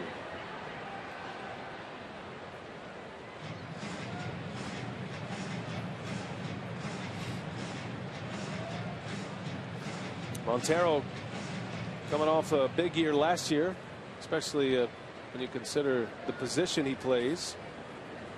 Hit for average last year, hit .286, 15 home runs and 88 driven in. And he draws the walk. So Mike Fiers issues his first free pass, and 1 out with a base runner now. Yeah, residents of Milwaukee, Ozaki, Racine, Washington, and Waukesha counties can purchase half-price tickets to the Brewers games against the Pirates and the Cardinals April 29th through May 3rd. Some restrictions apply. Save 50% on tickets at brewers.com/5county.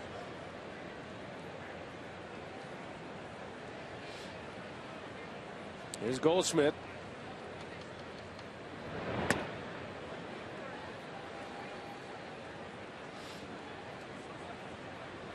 Goldschmidt started the 3-run fourth with a double. Banged it off the left field fence. Diamondbacks took the lead in that fourth inning. RBIs from Kubel. He had 2. He had a 2-run homer. And Gerardo Parra drove in a run as well.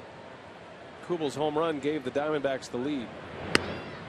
There's a strike, a fastball.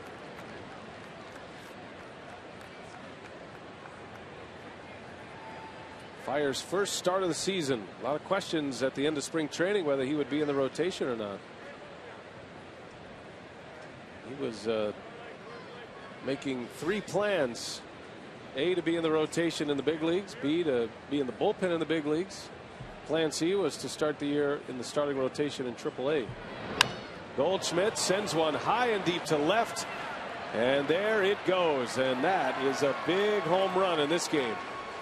From 4-2 to 6-2 as Goldschmidt collects his second hit and his second home run of the season.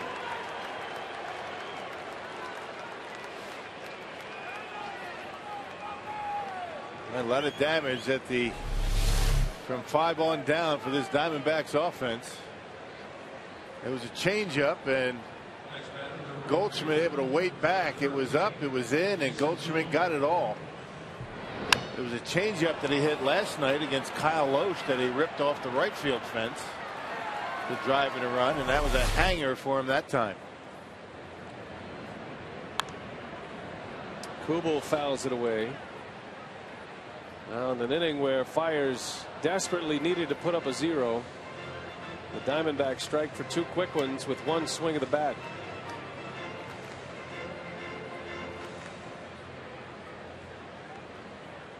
Still just 1 out. 0-2 on Kubel. Now you see it change up and watch where it ends up if you can get that. Not a good spot for a changeup. Belt high on the inner half of the plate.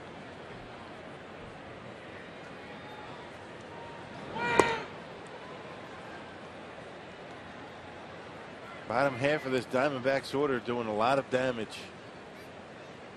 6 of the 9 hits.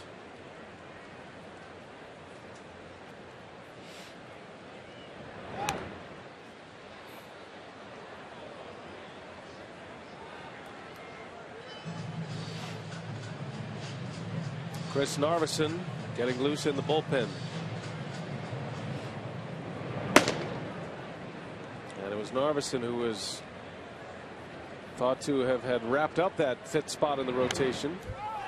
But coming off shoulder surgery, Ron Renicky and Rick Granite saying they just felt like they were pushing Narveson a little too hard coming off shoulder surgery last year, and he wasn't quite ready to jump into the starting rotation.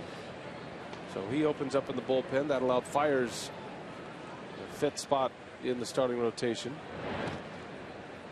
So use him as a long reliever, allow him to build himself up on at a slower pace.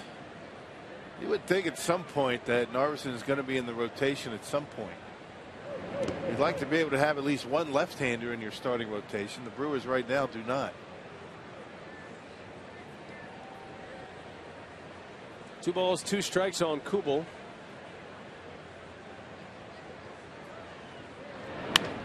In the air, center field. That ball's well hit. Gomez with room, however. And there is out number 2.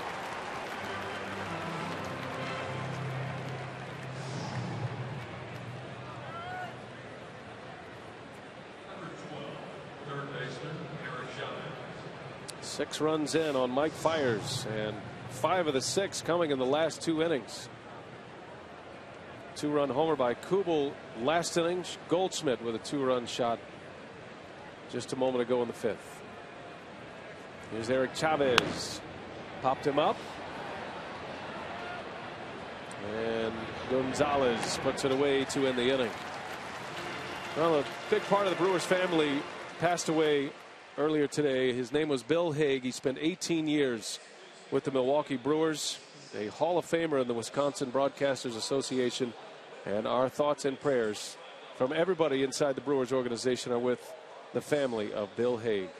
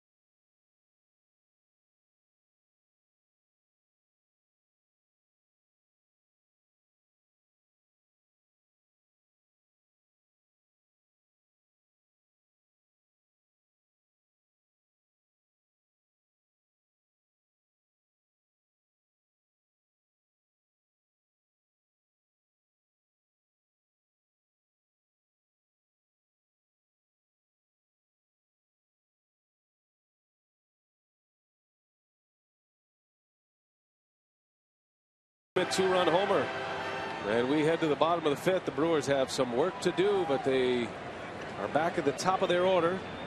Marichka Aoki will lead off. Patrick Corbin has settled down. He has retired 7 in a row, and looks like it's going to be 8 in a row. 1 pitch, 1 out. A reminder that this week the World Poker Tour is all new from Paris, France, when the WPT Grand Prix de Paris, presented by ClubWPT.com, kicks off Sunday. 6 great players chase history. Over $500,000 in first place prize money in the City of Lights. World Poker Tour, Sundays on Fox Sports.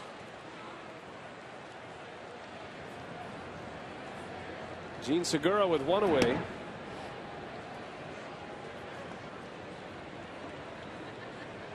Corbin has been able to get a lot of quick outs. The Brewers had him on the ropes in the first 2 innings. Scored a run in each of the first 2 innings. But he has been very efficient since. He retired Ricky Weeks in the 2nd inning after Segura had doubled in Chris Davis. That was a 2-out RBI hit for Segura. And that was the last hit the Brewers had posted.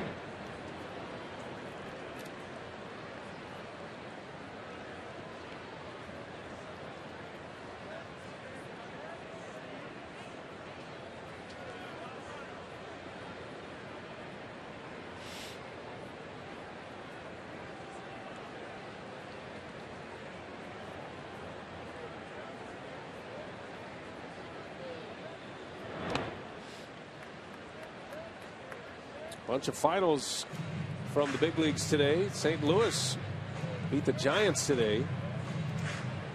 6-3 was the final, just the 2nd win for the Cardinals. Tigers up into the Yankees. Yankees are now 1-4 to start the year. Tigers won 8-4. Albert Pujols had a couple of home runs. Angels defeated the Rangers 8-4 in Arlington. Josh Hamilton, some pretty newsworthy comments. And Segura back up the middle. Tough chance. Hill, sidearm throw, not in time. Segura with a base hit. His 3rd of the game. Yeah, that time with his legs. How quick does he get out of that batter's box? And on his way to first base, I think he stepped on Goldschmidt, asking him if he's all right. Well, you knew right there Hill did not get much on the throw because of the awkward throw. Segura busting it down that line. He Looked like Segura got a piece of the back of the foot of Paul Goldschmidt. And already his third 3-hit game of his career,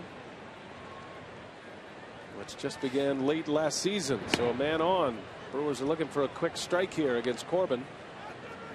What a game for Segura. He's made a couple of nice plays defensively. He has 3 hits. He has driven in a run. And on base for Ricky Weeks with 1 out. Brewers had a 2-1 lead going into the 4th. Diamondbacks scoring 5 runs in the last 2 innings. Some kids have been productive tonight. Chris Davis and Gene Segura.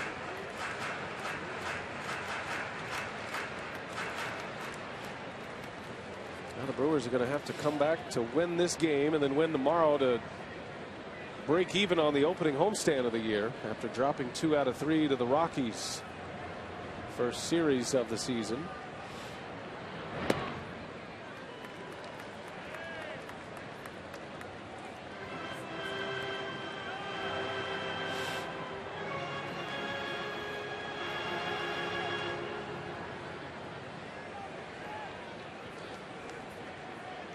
Veteran catcher and the 2nd-year pitcher, 23-year-old Corbin.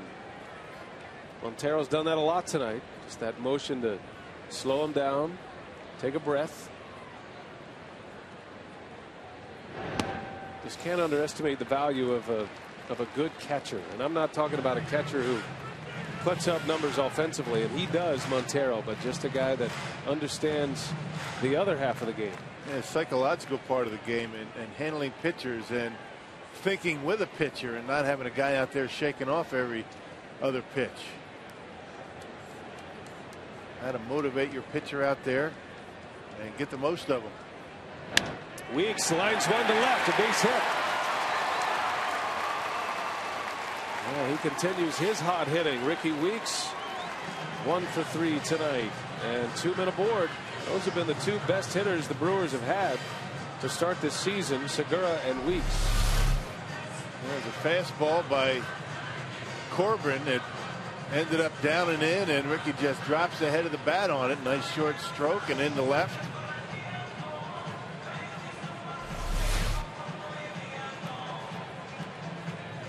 You know, I thought was the best at that we were talking about, you know, getting a pitcher to a game and understanding what it takes to have success from your starting pitcher. Bob Boone. You know, Bob Boone with the Phillies and the Angels. He had a great reputation for being able to handle a pitching staff. And that was a guy that didn't hit much. Right. But still had a very long career because of it. That's such a valuable commodity that doesn't really show up statistically. But certainly ball clubs understand that. As Gonzalez fouls one back. And one of your mentors, Ted Simmons, always talked about as a guy. Not only did he hit, Ted Simmons was a terrific hitter, but you know, he handled the pitching staff. He was a leader. Well, the Diamondbacks certainly recognized that with Montero. They locked him up to a long-term contract last season. There's a strike on the inside corner, and Gonzalez down in the count 0-2. Big spot for the Brewers. In desperate need of some runs here, down 6-2 in the 5th. 2 on, 1 out. Alex had a sac fly and an RBI back in the 1st inning.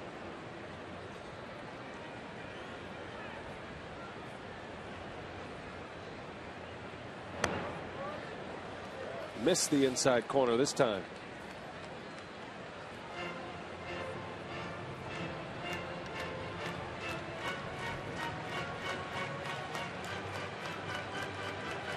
Gonzalez making his first start at 3rd base tonight. Taking over for the injured Aramis Ramirez. 2-2. Well, how valuable has Alex Gonzalez turned out to be at the start of the season? Right. Well, they thought he was going to be invaluable because of his ability to play first base. Now he's over at 3rd. In the span of 5 days, the veteran has made a career start at a different position 2 times. 2-2 pitch. Gonzalez chops one over to short. Pennington has a long throw. Gonzalez is out. Close call at first base. Outstanding play by Pennington on a ball in the hole. I didn't think he had a chance to get Gonzalez.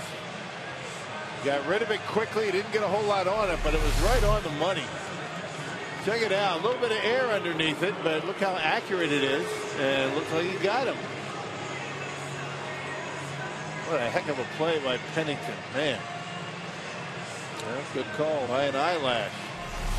Gonzalez has lost a step or two after the knee surgery last year. And Pennington, it looked like Pennington wanted to go to third base originally, but that wasn't available for him with the speedy Segura, so he gets the out. Could be a big play in this game. Here's Lucroy now. Strike one. And check it out. And no play on Segura for sure, but able to get him at first. Gonzalez a little bit upset. Good thing he didn't get thrown out. They don't have anybody to play the infield. I guess Josh Prince, you throw him over there, but when you basically have 3 guys on your bench and 2 of them are not infielders, you don't want to be messing around getting thrown out at this point. Now Lucroy collected his first hit of the year back in the first inning. Had a single to right.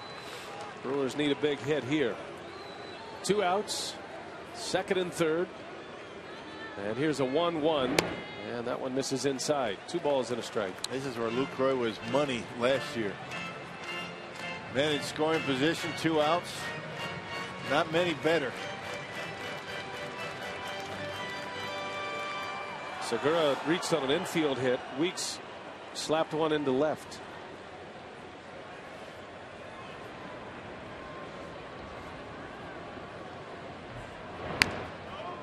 And Lucroy even now 2-2. That's the kind of swing right there that drives Luke crazy. I mean, that's not what he does when he's going well. Pulling baseballs, that was a breaking pitch away from him, and he hooked it, rolled over on it. Normally he waits back and drives that ball up the middle. Lucroy hit .389 last year with runners in scoring position.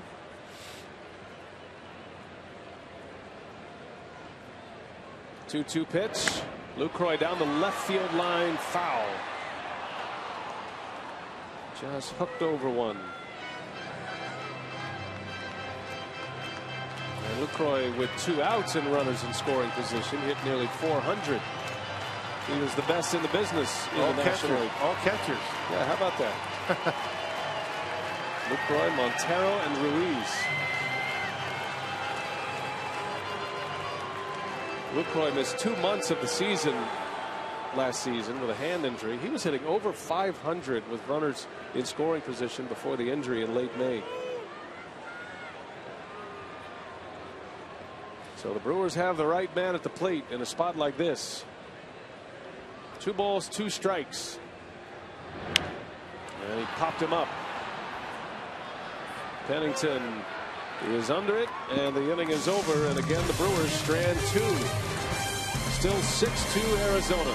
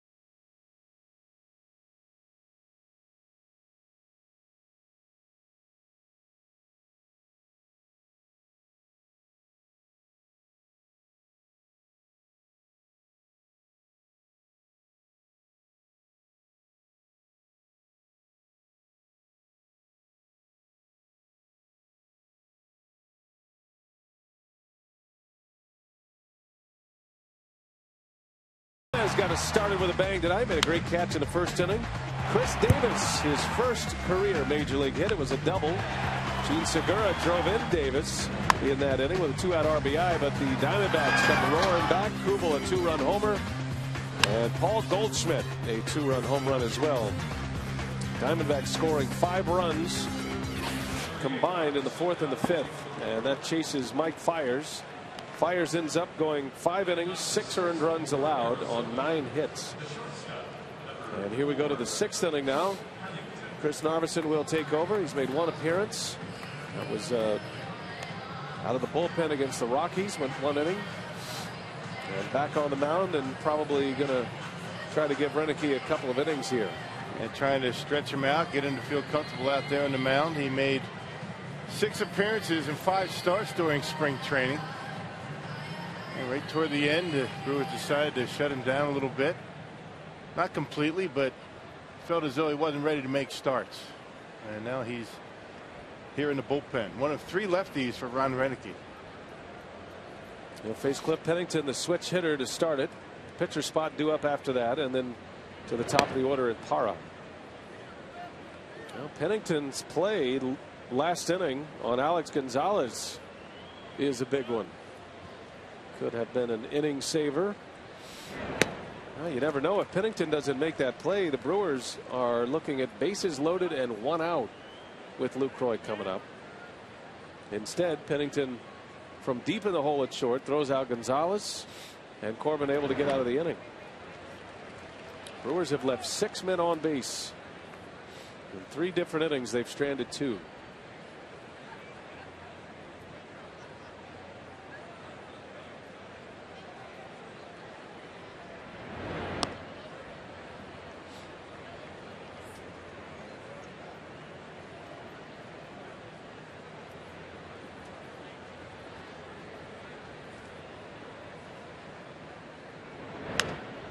Ball's pulled foul, and some off-speed stuff from Narveson. Another changeup specialist. He has a very good one. He'll throw a cut fastball, a curveball, and get his fastball up to about 91, 92.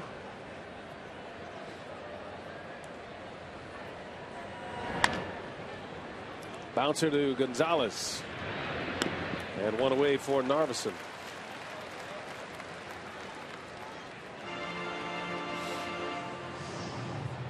So Kirk Gibson's going to allow his pitcher to hit here in the 6th inning. He's done a nice job on the mound after a rocky start. At one point he retired 8 straight. Gave up back-to-back hits last inning, but able to get out of the inning with no damage. And he bunts. Lucroy pounces on it, and a good throw for out number 2. Narveson will take that.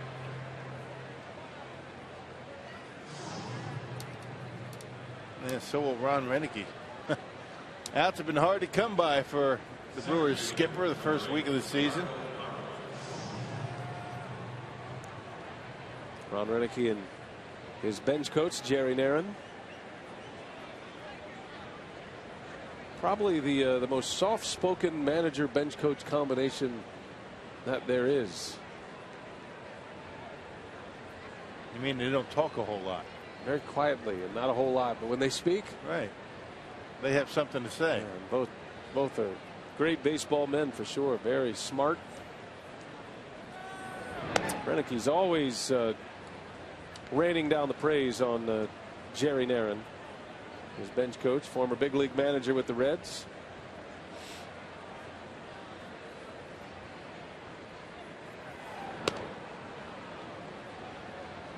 Talk about old school now. Jerry Narron. I mean, he's the guy that's at the ballpark 8 hours before a game in uniform, reading the newspaper. Ready to go. Working the crossword, just waiting for somebody to show up. You got to give him a set of keys, right? He gets there before the clubhouse staff, Tony Miggs, and his guys. I know that happened in spring training quite a bit. Jerry get there when it's still dark. Says, well, you know, I'm awake at 5 a.m. I might as well go to the ballpark. as Parra draws the walk. 2-out walk issued by Narveson. Well, the Brewers and the Diamondbacks will wrap up this series and this homestand tomorrow. Ian Kennedy and Yovani Gallardo, a matchup of aces. Kennedy had a good start his first time out against St. Louis. Gallardo 5 innings and 3 earned runs against the Rockies his first go round. Miller Lite, what's on tap? Tomorrow's finale. Nori Aoki bobblehead day here at Miller Park.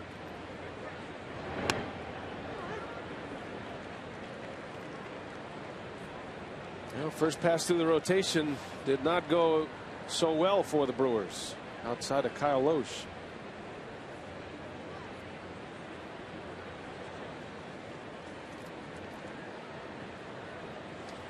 Martin Prado has a hit. He singled and scored in the first. 1 for 3.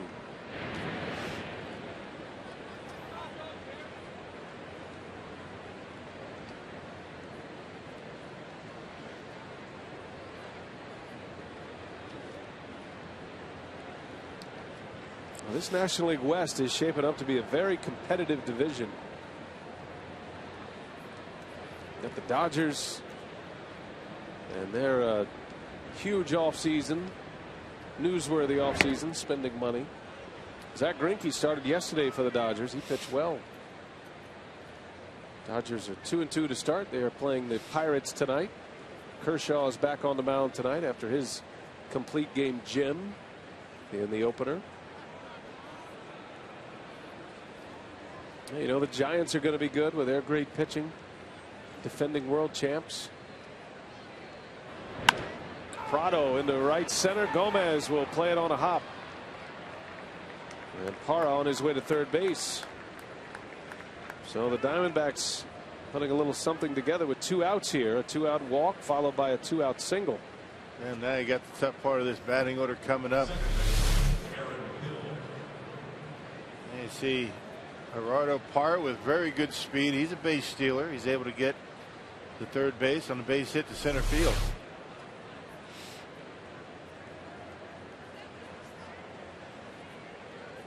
First and third now with 2 away.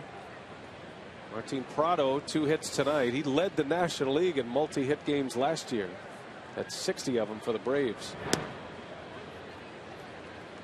Strike 1 to Aaron Hill.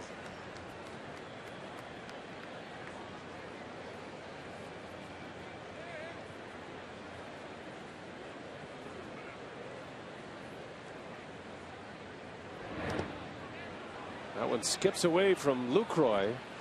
Parra stays put, but Prado on his way to second on the wild pitch.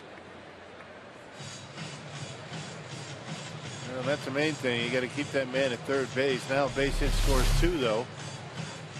And he spikes that changeup. Lucroy tried to surround it and just couldn't keep it close enough to keep Prado at first.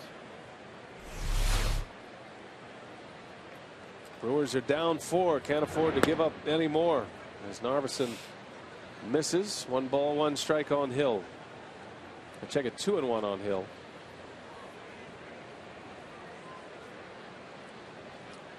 Aaron Hill once had a 36 home run season as a member of the Blue Jays in 09.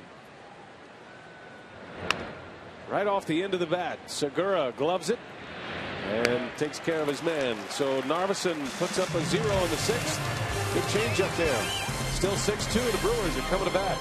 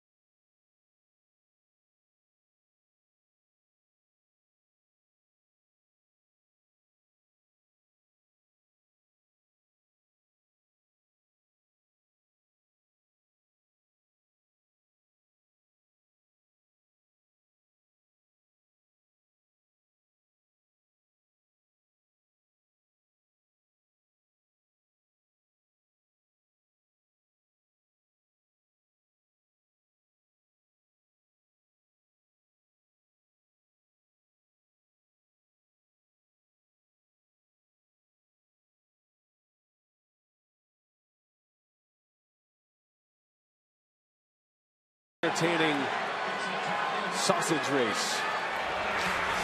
Now the Brewers are now 5 games into the 2013 campaign. You can check out the latest FIS list on 5 observations so far from Jerry Augustine at FoxSportsWisconsin.com. A guy who jammed a lot of hitters in his day. 5 observations from Augie. When are we going to put Augie back on television again? He's been in hiding a little bit. He was at the ballpark, what, a couple of days ago? With the family. He just loves baseball. He loves to be around the ballpark. And I think we're going to see Augie in Chicago. He was on opening day. Packed him on ice. We don't want to burn him out too fast. Right. He and Dave Nelson sharing the Brewers Live pre- and post-game duties. There's a rumor that Craig Counsell might make an appearance on the Brewers Live pre and post. Right, looking forward to that. That is not confirmed yet, but we're hearing rumblings. As Yuni Betancourt with a base hit. Well, the Brewers trying to get something going here. They've been held to just 2 runs despite 8 hits. Betancourt with his first hit of the night is 1 for 3. Well, a little change up off the outside corner, and Betancourt able to hook it. You see the head of the bat out in front of the hands and able to punch it into left field. So a man on. Here's Gomez now. Gomez has had a stellar opening homestand defensively. Had a nice catch tonight, crashing into the wall. Took a home run back from Carlos Gonzalez in the Rockies series.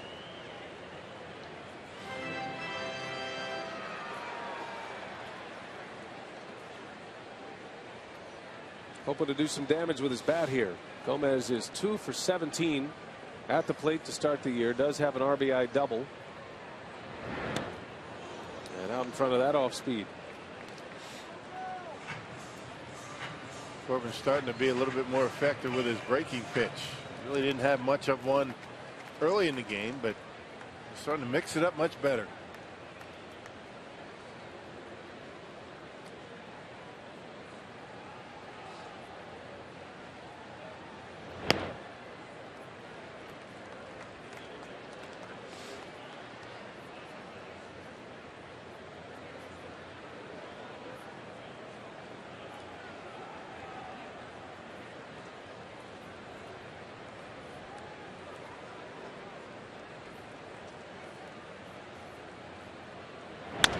Back up the middle, got a piece of Corbin, and the tag at second base on Betancourt. That's too bad. That ball gets through. It's a base hit.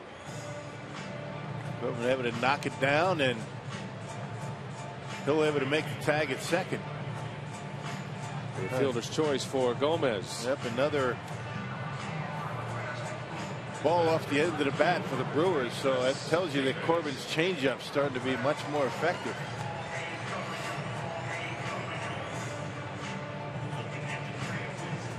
Now 1 gone. Gomez at first for Chris Davis now. Diamondbacks have activity in their bullpen. Pitch count for Corbin is at 92. So he's coming up to the finish line here. Davis, little half swing foul. Well, let's hope that double by Davis in his first trip to the plate back in the second will get him going at the plate.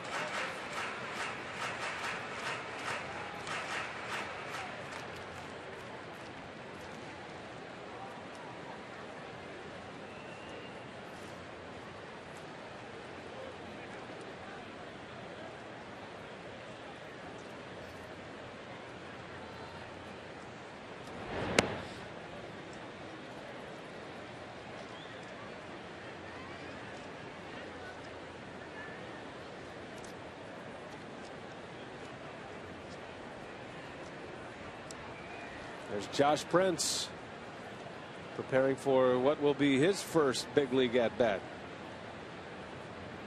Just called up today, takes the roster spot of Aramis Ramirez.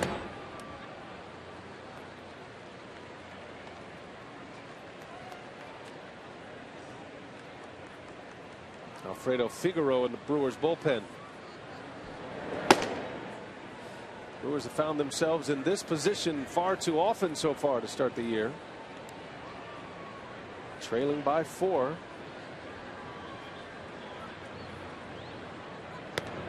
And the count goes to 3-1. Well, Corbin's been trying to come inside on Davis. We'll see if he tries to do it on 3-1. Be interesting to see if Davis going to be able to handle it. Double barrel action down in that Diamondbacks bullpen. Reynolds the lefty, and Heath Bell is the right-hander. Now Davis has a hitter's count.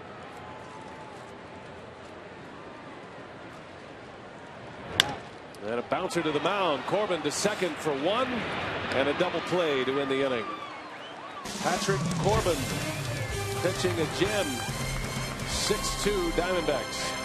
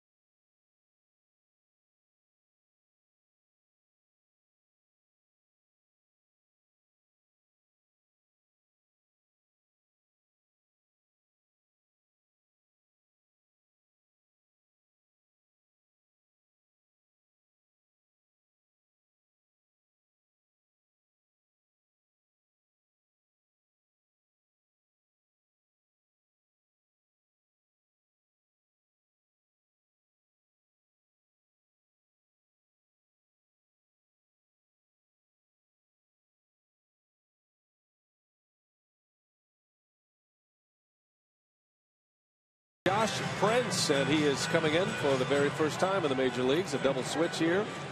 His major league debut.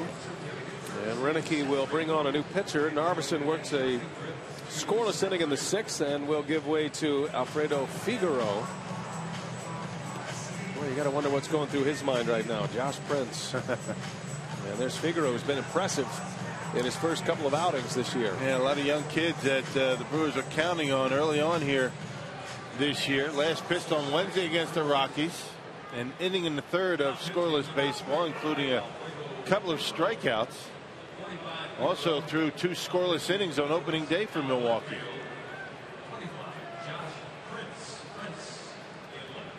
So Figueroa will bat in Davis's spot, and Prince will lead off in the bottom of the 7th. It's a 6-2 Diamondbacks lead. And Figueroa will face Miguel Montero to start this inning. Montero, Goldschmidt, and Kubel.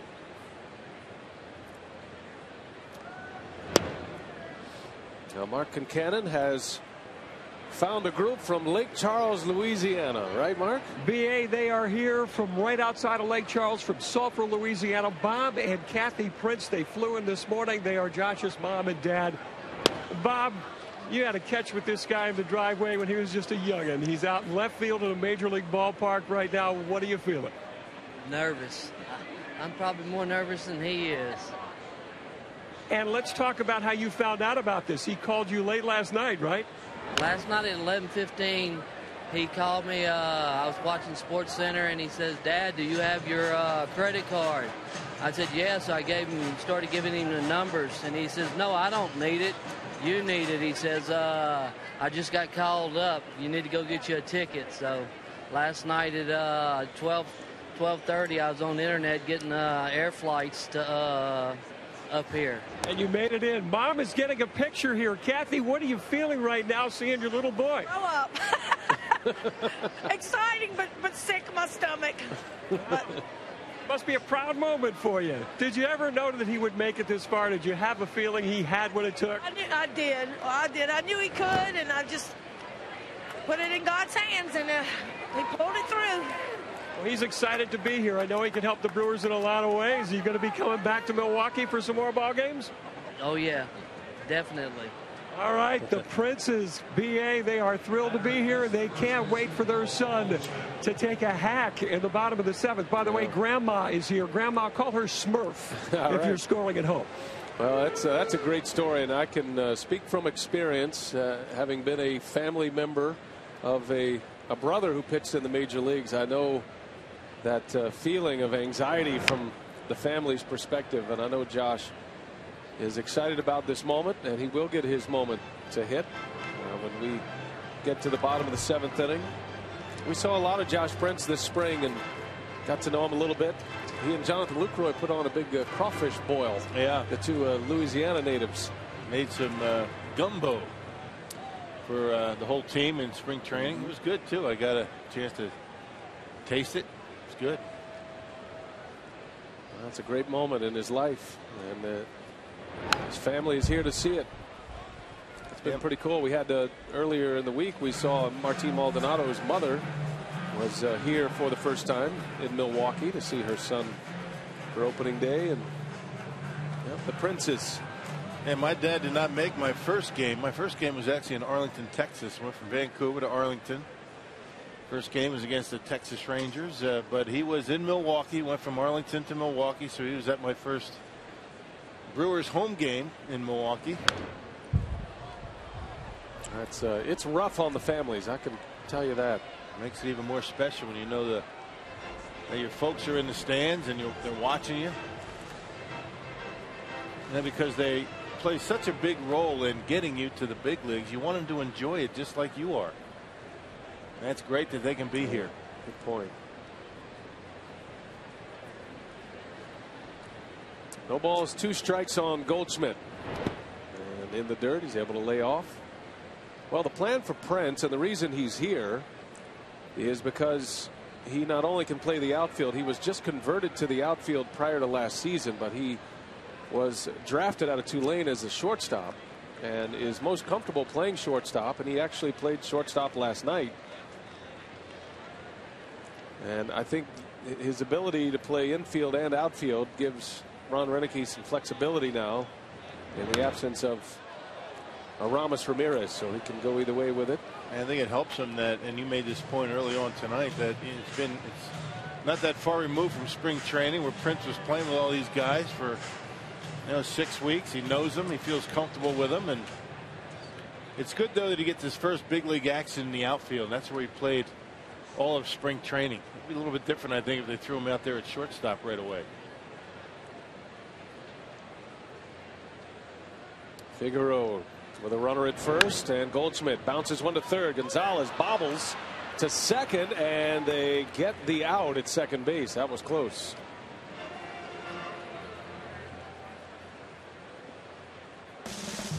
Brewers baseball on Fox Sports Wisconsin is brought to you by the Wisconsin Lottery, reminding you to please play responsibly, and by Miller Lite.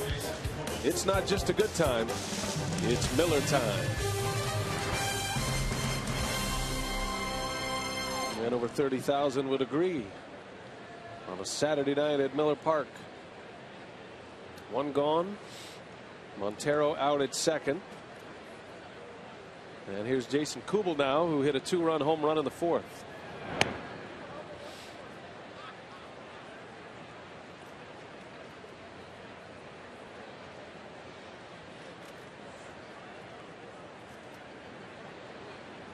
And if you're wondering why the Brewers would call up a guy who can play short when they have, it seems like, an entire roster full of shortstops.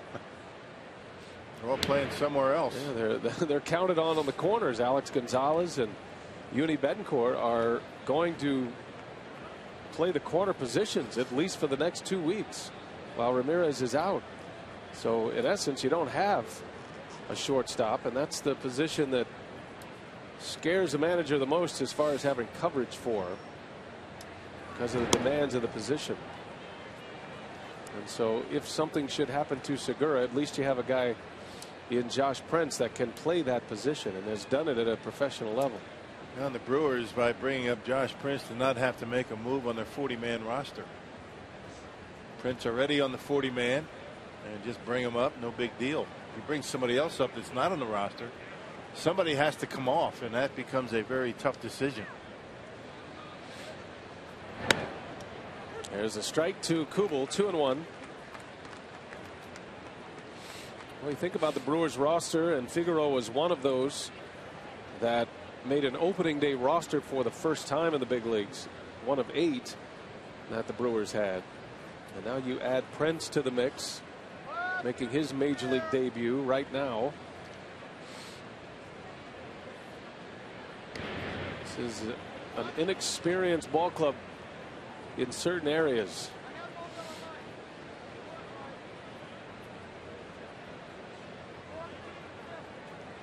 Brewers feel very good about the depth of their organization, but it is being tested early, a lot earlier than they thought.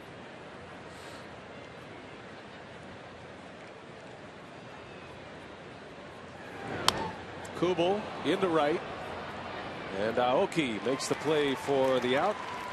Second out of the inning for Figueroa. You know, Rock, we haven't even talked about the other injuries that have affected the way things have gone here. Taylor Green is out and not available. He would have been a natural selection to play in a backup role. Probably would have made the club out of spring training had he not been hurt. And then Jeff Bianchi, who came up last year and did a nice job. He can play all around the infield. He can play him in the outfield. So that Brewers disabled list growing, and you hope it stops. Bianchi and Green both on the DL late in the spring. Green played for Team Canada in the WBC, and he went on the disabled list. Taylor Green has a left hip injury, and Bianchi also a hip injury. So it's not just the starters in the big leagues, but the backup players as well.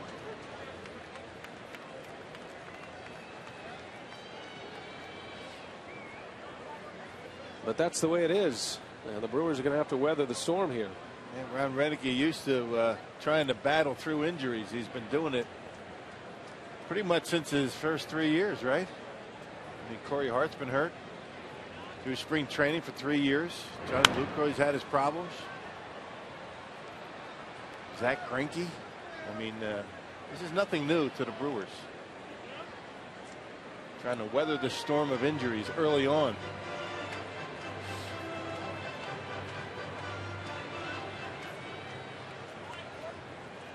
Now with injury comes opportunity. The Brewers have had some good finds because of injuries. Guys like Marco Estrada, Martin Maldonado.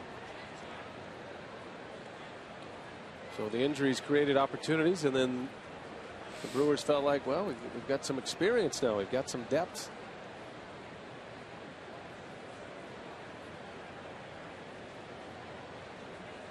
Two outs. Figueroa has Kubel down in the count 0-2. And that ball hit the glove of Lucroy. Catcher's interference, and this inning will continue. Well, he took the glove right off Jonathan Lucroy. Yeah, that's going to be an E2 interference. Eric Chavez able to reach. Watch him reach. Glove comes off, and that'll be an error on Jonathan.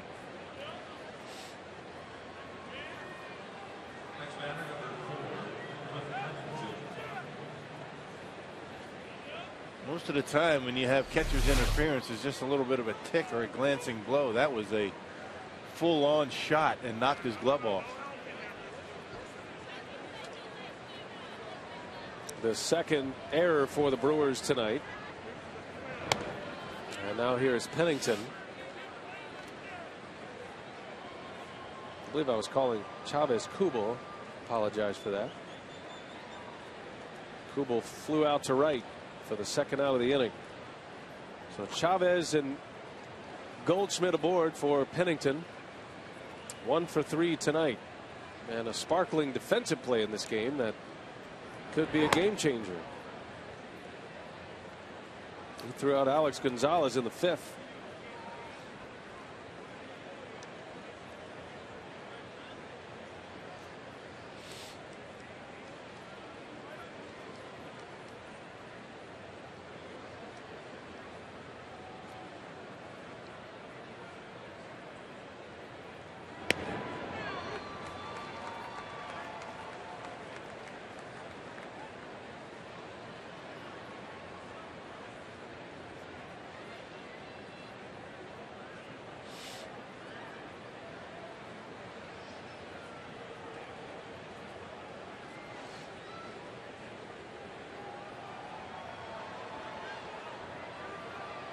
Figueroa deals a 2-1 low, 3 balls and a strike.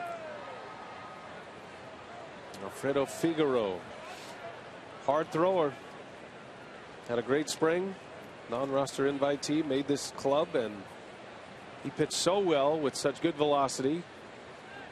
Pitched his way right onto the roster. He and Donovan Hand were battling it out for that last bullpen spot. That is 3-2 on Pennington. And I think the Brewers would like to go with the big velocity. Donovan Hand, more of a sinker baller, that they would prefer to have him start down in the minor leagues. And Figueroa, not a very big guy, but boy, he can throw. He can get it up there at about 96. See the Fox Tracks presented by Jeep. Everything away from Pennington.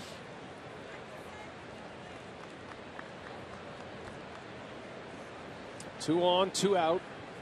Important to put up a 0 here in the 7th. Runners go, and a shot to shorts. Segura is there, and Segura's throw gets away. Another run will score. And the 3rd error of the night. And the Diamondbacks now lead 7-2. 2 errors in this inning. Yep, 2 errors and a walk have plated a run, and the Brewers are still in trouble. A nice play by Segura going up the middle. He was a little bit off balance right there. He's able to stay on his feet, but wide throw. Betancourt, a little inexperience over there at first base. Not able to get to it. Error number 3.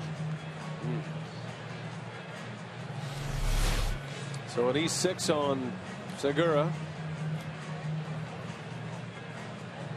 And Rick Kranitz a visit with Figueroa. The Diamondbacks have announced a pinch hitter.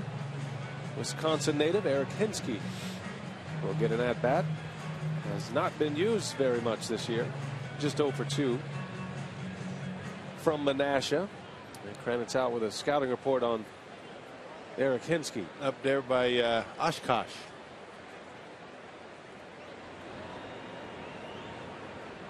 Nina Menasha. Found a home with the Diamondbacks this year. 7-2. Arizona has the lead, and Hinsky takes a strike. I'm sure Hinsky has a bunch of friends and family here from Menasha, as he usually does. Big Packers fan here.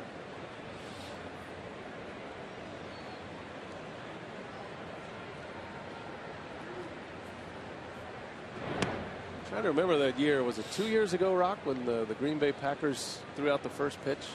I think it was a bunch of them out there. Yeah. Remember? Yeah. After the Super Bowl, and Hinsky was on the top step. He was wanting to meet them all. He wasn't the only one. Just fit right in. There's a strike, and it's 1-2. There was about what, 45,000 others. Yep.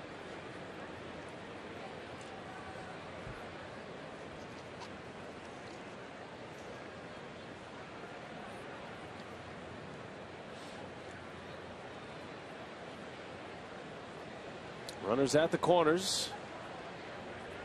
And Figueroa in the dirt. That was a great play by Lucroy to save another run. Yeah, saved the run and kept Pennington at first base. Boy, Lucroy has blocked a lot of pitches tonight. Been a long day back there for Jonathan Lucroy. Last couple of days, actually. When things don't go well for your pitching staff, a catcher wears it just as much as they do. And Hinsky with a base hit.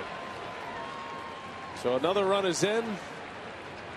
Hinsky with an RBI single in a pinch hit appearance, and it's now 8-2. And this one's getting uglier by the moment.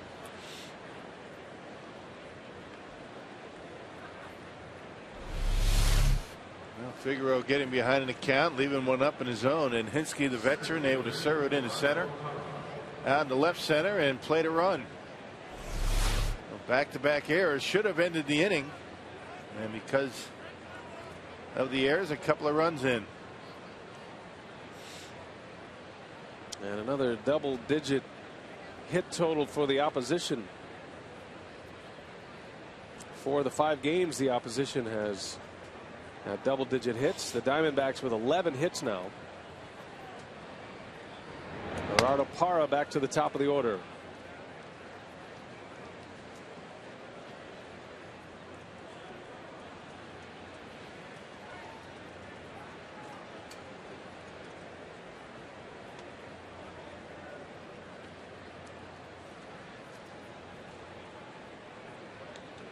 Parra has a hit tonight. He's 1 for 3. Drove in a run in the 4th. He had a walk. Man, what a start to the season.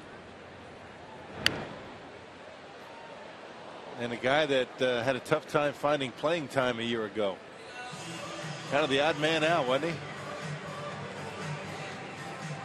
Chris Young, you had Justin Upton out there, and Kubel just couldn't find playing time, and that's not going to be a problem for him this year.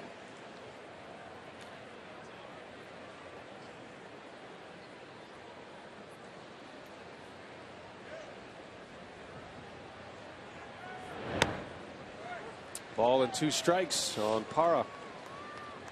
Parra won a Gold Glove a couple of years ago, and then was the odd man out last year.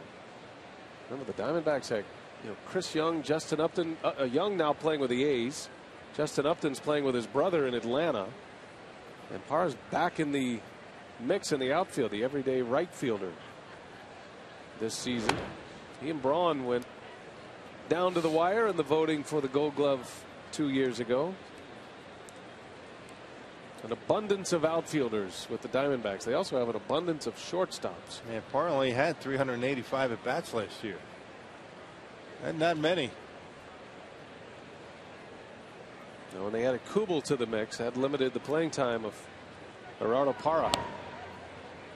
But he's trying to make sure he doesn't lose any playing time this season with the start that he's off to. Diamondbacks have a plan to use a bit of a platoon in left field. Martin Prado getting the start in left field tonight. There's Brandon Kinsler getting loose. And a strikeout for Figueroa. 2-run score, however, on a couple of errors. Josh Prince will get his first big league at bat when we continue.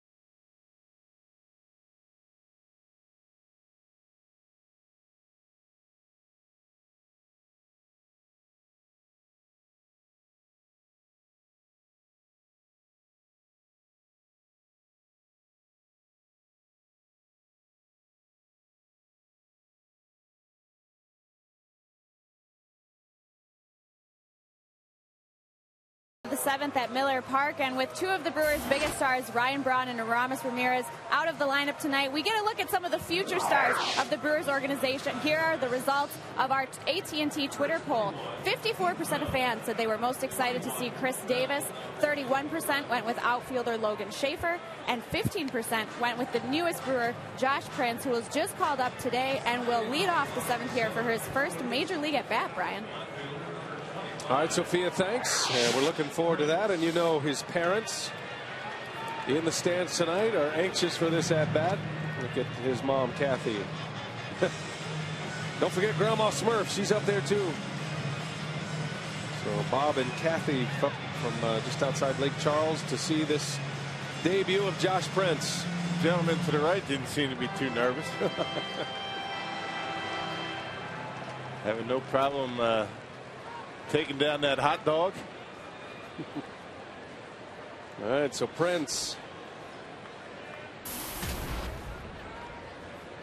got an inning of defense. Entered the game on the double switch. And his big league career begins tonight. Heath Bell is on the mound, a former all-star closer. And I don't blame Prince for swinging away at the first pitch. That's how you do it. The numbers on Bell. He was acquired from the Marlins. Had a dismal year last year, and in his only outing against the Cardinals, he really struggled. Heath Bell, 3 earned runs. This guy was at the top of his field a few years back with the Padres. Signed a big contract with the Marlins, and that didn't last long. The Diamondbacks took a bunch of that money, and Mom can hardly watch. Man, I feel for you. That's great.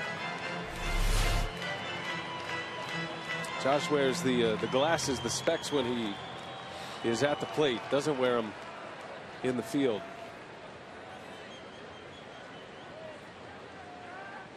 0-2 the count. In tight. And Bell used to throw in the upper 90s. Right now at about 92 with a big curveball. Rough season a year ago, as you mentioned. Now pitching in the 7th inning with the Diamondbacks. Reuniting with his former general manager in San Diego, Kevin Towers. As Prince lays off, and the count goes to 2-2.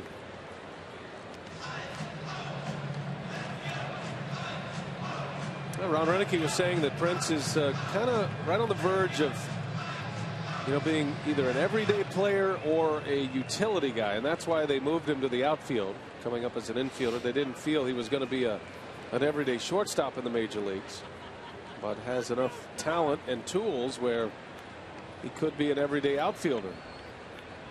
And if not, then at least he can play a couple positions. A flare to center field. Parra will make the catch for the out, and the first at bat is over with.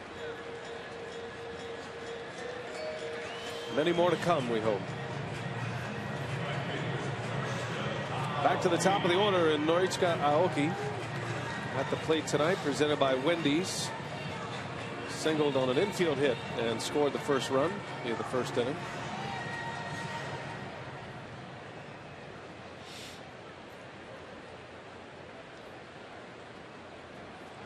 Diamondbacks lead 8-2. This was a 2-1 Brewers lead going into the 4th. Arizona scored 3 in the 4th, 2 in the 5th, just added 2 in the 7th. Brewers have committed 3 errors.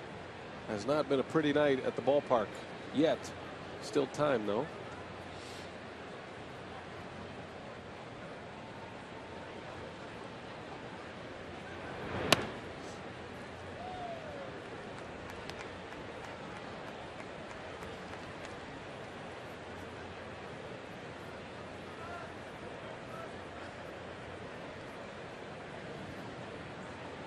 Aoki begins the year this year under much different circumstances than last. Was a role player last year to start the year, a platoon player. He wasn't getting hardly any playing time until about mid-May. That all changed quickly.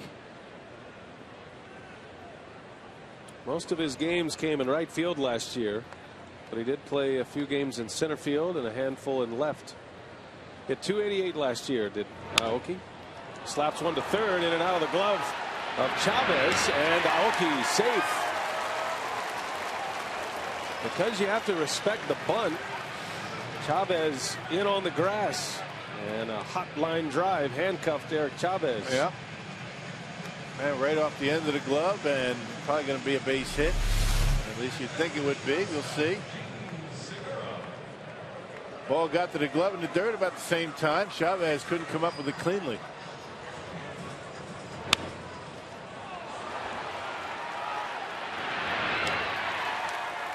That'll be a base hit for Aoki. And here's Gene Segura now. Has 3 hits tonight, Segura, including a double and an RBI back in the 2nd inning.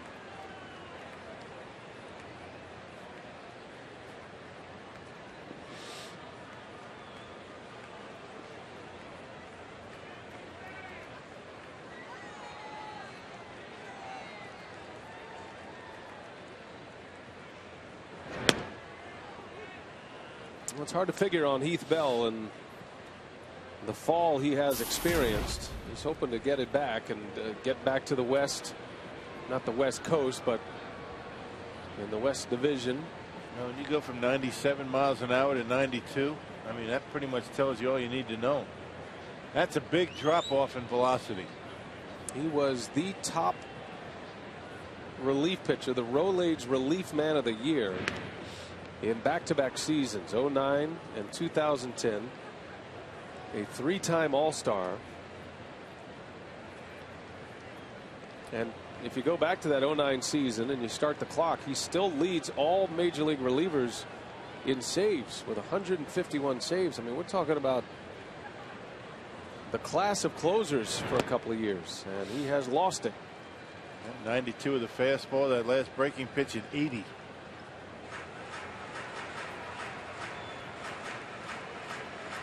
He set up for Trevor Hoffman. Hoffman ended up with the Brewers, signing as a free agent. That opened the door for Bell to start closing that 09 season.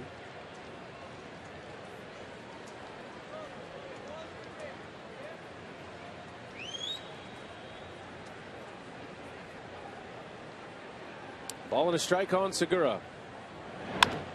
Back up the box. Bell to second for 1. And a double play to end the inning. 8-2 D-backs. 7 innings in the books at Miller Park.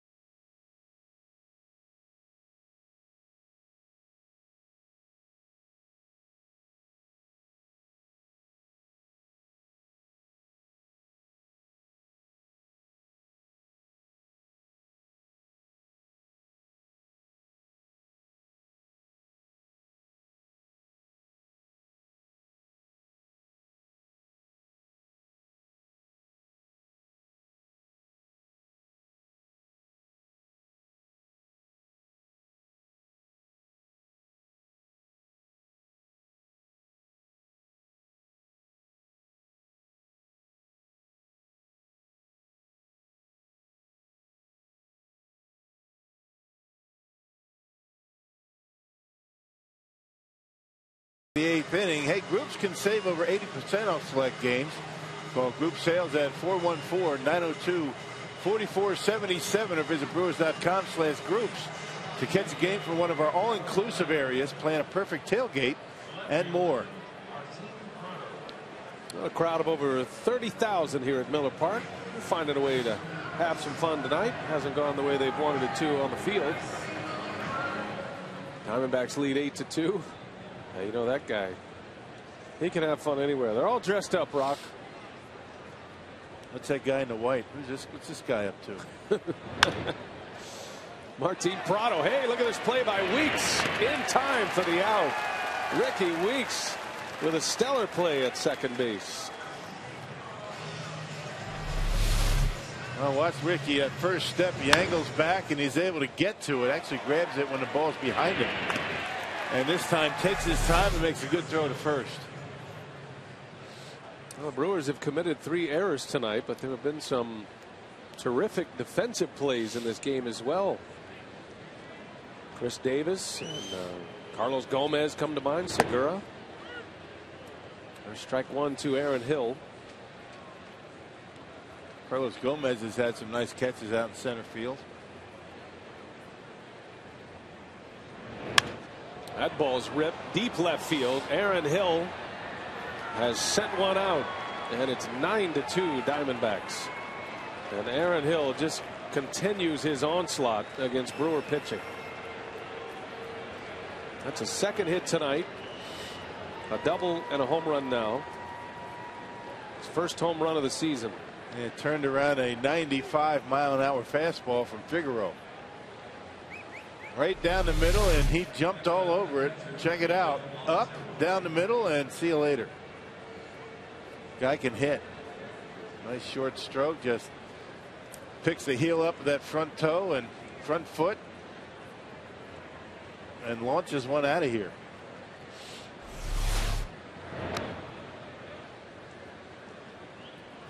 Third home run of the night for the Diamondbacks. Kubel, Goldschmidt, and Hill. Miguel Montero now with one away.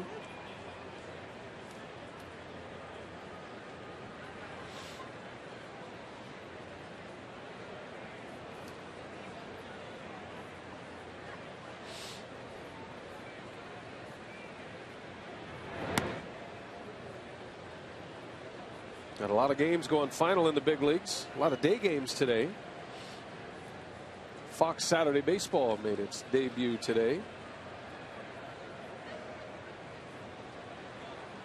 Saw the Angels beat the Rangers as Montero with a base hit. Cincinnati and Washington went to extra innings today. Nationals beat them 7-6. Washington is 4-1 to start the year. Reds are 3-2. Well, the Nationals have a good ball club. Yes, they do. They can hit. They can pitch. Reds beat the Nationals 15-0 last night. And Washington comes back to win in extra innings. Bryce Harper homered, as did Jason Worth. Harper has 3 home runs already. Remember Wilson Ramos with the Twins? Yeah. He was traded to Washington, and it was an injury, a knee injury that cost him most of the year last year. Well, he's back now. He had 2 home runs today. So the Nats only got better. I always liked him with the Twins. Minnesota traded Ramos to the Nationals for Matt Capps. Yeah, good deal for the Nats.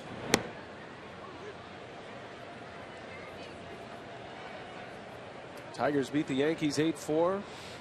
Cardinals over the Giants. Shelby Miller picked up his first win. Cardinals have a lot of good young arms. And Miller's one of them. One of their top prospects. Picked up the victory today. Phillies over the Royals. It's going to take a while to get used to having interleague play every day. Yeah, it's a strange sight. Yeah. Yeah, like this game in Houston tonight. The Astros and the Oakland. Oh, wait a minute. The Astros are in the American League now. Astros are trailing the Oakland A's 6-3. Everybody in the Diamondbacks lineup has a hit tonight. 9 runs on 13 hits.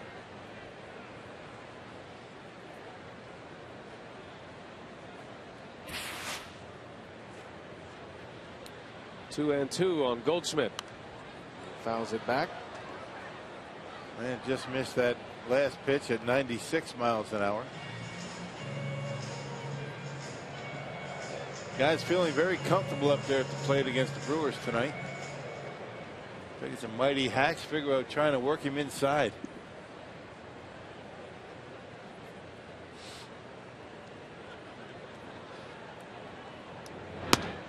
There's a swing and a miss, and Figueroa strikes out Goldschmidt. 97 that time.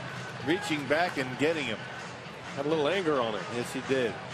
After the home run to Hill, a strikeout of Paul Goldschmidt for the second out. Right by him. Good pitch they hit, but a little bit too much on it.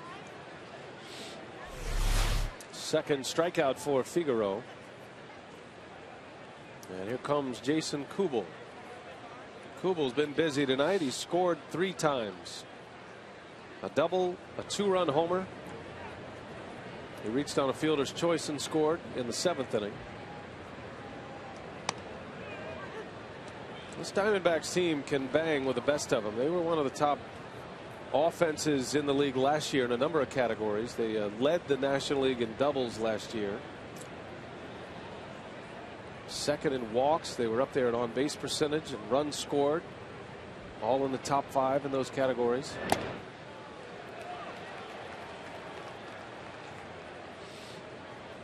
And they lose Justin Upton, but they pick up a valuable piece in Martin Prado, trading from a position of strength. They traded Young last year to Oakland. Well, there was a day just a couple of years ago you thought Chris Young and Justin Upton were the cornerstone pieces for a long time in Arizona in the outfield. As Kubel drops one into center field for a base hit. And they just keep coming. Hit number 14 for Arizona. Man, you just never know how an organization wants to go about, building. Obviously, Upton and Young not in the plans. They get an outstanding clubhouse guy in Martin Prado.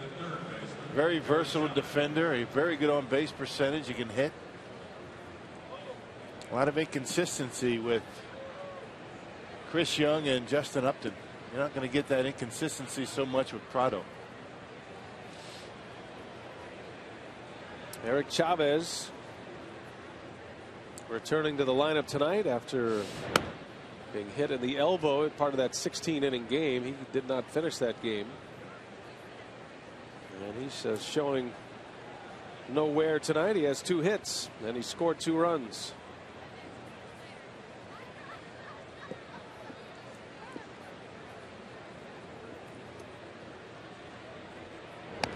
Well, it doesn't get any easier tomorrow for the Brewers. They'll be matching up against Ian Kennedy, ace right-hander of the Diamondbacks.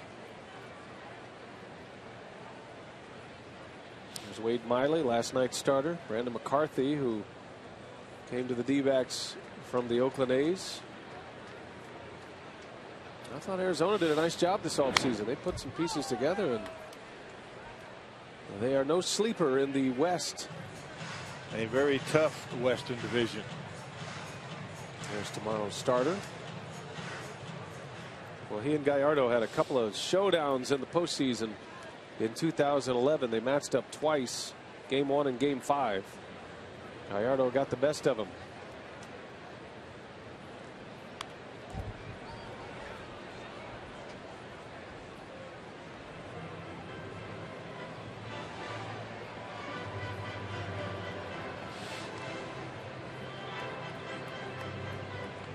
Let's hope that trend continues.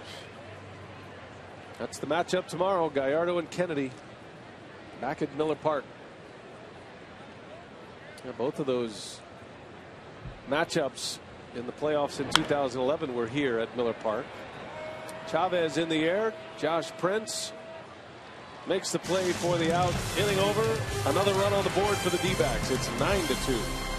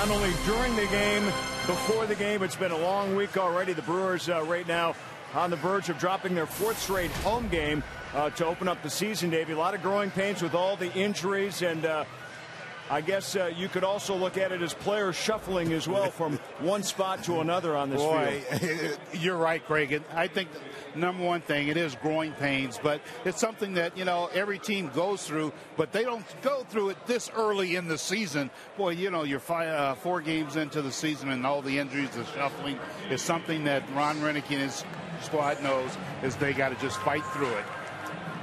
And we've got Brewers Live postgame coming up after the ball game, and of course our instructional featuring Davey and Rock, and we're going to be behind the plate where Rock is very comfortable, of course. That's right. And we're going to be talking about catcher's positioning. And Brian, I'm pretty sure the question to Rock is, what role will he play tonight? That's right. That's always the question. He'll be doing the catching. Is the tools of brilliance, right, Rock? Are you talking to me? I don't know. You're just kind of like a bystander in this conversation. I just see the 3 of you kind of giving me a hard time. Everybody's laughing. Ricky Weeks lines one to left field, and the new left fielder, A.J. Pollock, makes a catch for the out. With all that friendly banter, we didn't get a chance to give you the changes here. Pollock comes in to play left. That moves Prado to third base. And the new pitcher is left-hander Matt Reynolds. You can see Reynolds has done a nice job. Couple of appearances, has not allowed a run, 3 innings overall. One of 2 left-handers out in that Diamondbacks bullpen. Tony Sipp, the other. So Ricky Weeks with a hit tonight, 1 for 4, lines out for the first out of the inning. Here's Gonzalez. That might have been the pivotal play of the ball game. Gonzalez was at the plate, and a ground ball in the hole at short. And Pennington made a terrific play to get Gonzalez. Had Gonzalez reached it, would have loaded the bases with 1 out. But starter Patrick Corbin got through that inning and ended up going 6 innings with just 2 earned runs allowed. And he and Miley putting up 2 good starts for the Diamondbacks in the first 2 games of this series. Gonzalez down on strikes, a foul tip into the middle of Montero.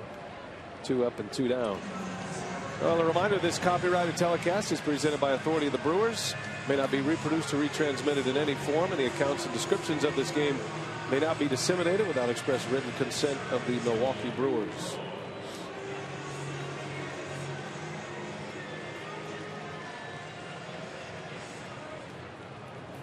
Two outs for Lucroy. So what will your role be in the instructional? I will probably be the catcher. Comes as no surprise, does it? I'm not worried about you squatting down. It's the getting up part that concerns me. I'll be fine. I'll be fine. Don't worry about me. I'll be good. Well, we'll send somebody out there just in case, like a stand-in. Yeah? You? No, I was thinking somebody looked more like you. See, now you're a catcher. This will be right up your alley. I was a college catcher. That doesn't count. Nobody cares about college players. You know what we're going to do? We're going to talk about some of the tips. Young kids, give them a sense for how far behind the hitter you should set up. Oh, with the catcher's interference today. Right. You see, it all comes full circle here. Wow. In Brewers post-game instructionals. It's not pulling something randomly out of my hat here. It's got to make somewhat of sense, the game that we're watching. Got to make some kind of connection. You feel that burden, don't you? I do. The very popular Brewers instructionals. Now, I noticed this spring you were spending a lot of time on the backfields prior to our award-winning webcast doing some instructionals. When will we be seeing some of those? I'm not sure. Because I'm really looking forward to that. You had some umpires out there. Yeah, you had some players. Yeah, I know. We're gonna sprinkle them in at some point. That's completely up to our wonderful pregame producer Brad Weimer and postgame. He has, however, elected to have us go down live all week. And he's in charge. I see. I don't have anything to say about it. I'm just told what to do. Well, that's got a chance to add another layer to the instructionals this year, which is nice. You know, I did some with, you know, as you mentioned, an umpire. I did some with John Shelby. I also did some in fantasy camp this year. Some of my fantasy camp coaches, Cecil Cooper amongst them. Oh, okay, good. I was thinking not fantasy campers. No, the coaches. Unless you're trying to teach people how to get over a hamstring injury, which are frequent at fantasy camp.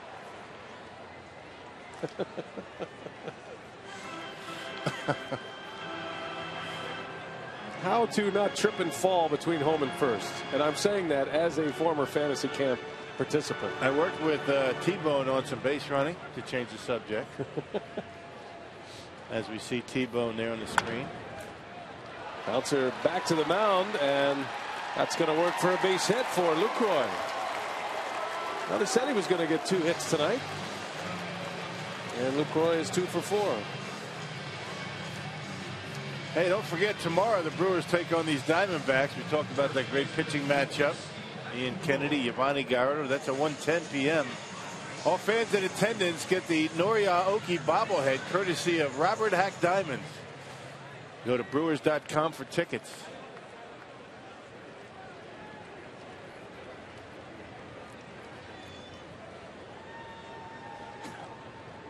It's the Nori Aoki bobblehead. See, if you position it just right, it looks like your partner. See? Oh, Rock, you looking forward to my bobblehead tomorrow? I like that shot a lot better than that one where your face was right against the camera. That one kind of scared me a bit. Betancourt pops up, and the inning is over. To the 9th we go.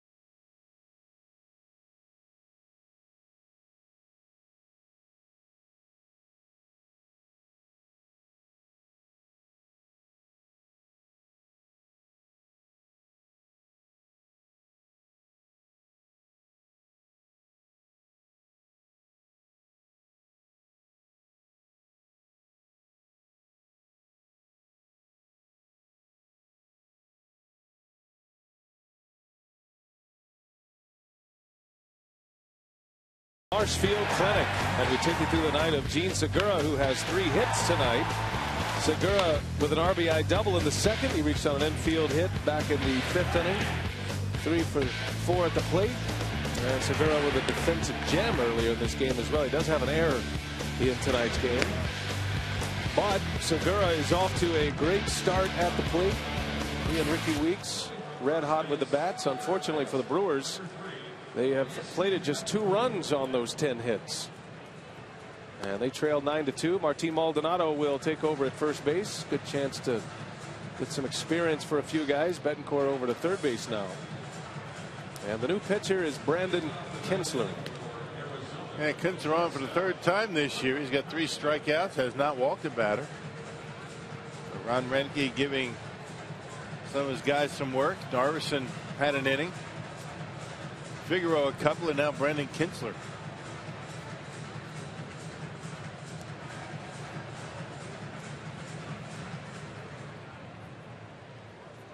Diamondbacks with some crooked numbers tonight. They scored 3 in the 4th, added 2 more in the 5th. There were home runs in those 2 innings by Kubel and Goldschmidt. Aaron Hill has homered as well. 3 Diamondbacks home runs tonight. Brewer pitchers have allowed 12 homers already this year in the 5th game of the season. So a lot of work to do on the mound, and certainly having to deal with the injuries as well offensively. Cliff Pennington turns around, hits left-handed, and into center field. Gomez has to play it on a hop. Another base hit. 15 hits now for Arizona. These guys have a unique ability to be able to make contact on the baseball. They haven't struck out much in this series. Amazing. I mean, even on that last swing, just trying to put it in play and ends up with a base hit. Looks like Tony Sipp will have the 9th inning. Here's A.J. Pollock. Started in center field yesterday, and he's part of that revolving door in the outfield.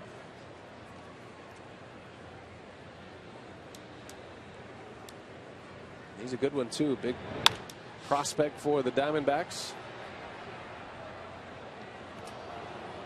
Sipp's first at bat of the ball game. Diamondbacks are going to have some decisions to make when they get a few players back. They have dealt with injuries themselves. Cody Ross, a new acquisition this offseason, as Pollock goes into right, and there is Aoki for out number 1. And he played perfectly, shaded him over toward the line, and that's exactly where he hit it.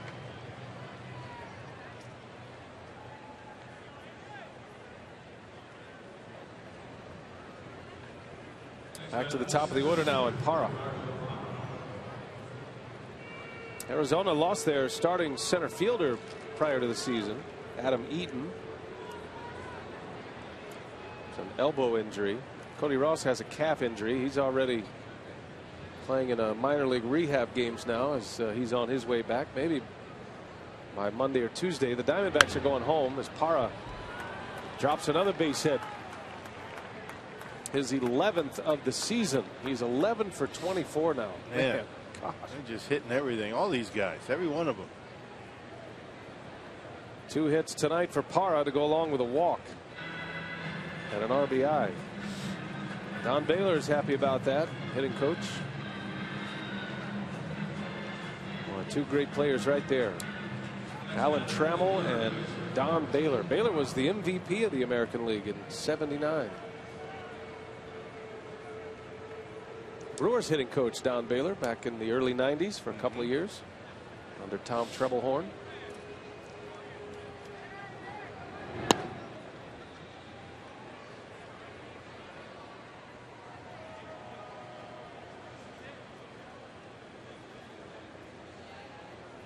Prado has 2 hits.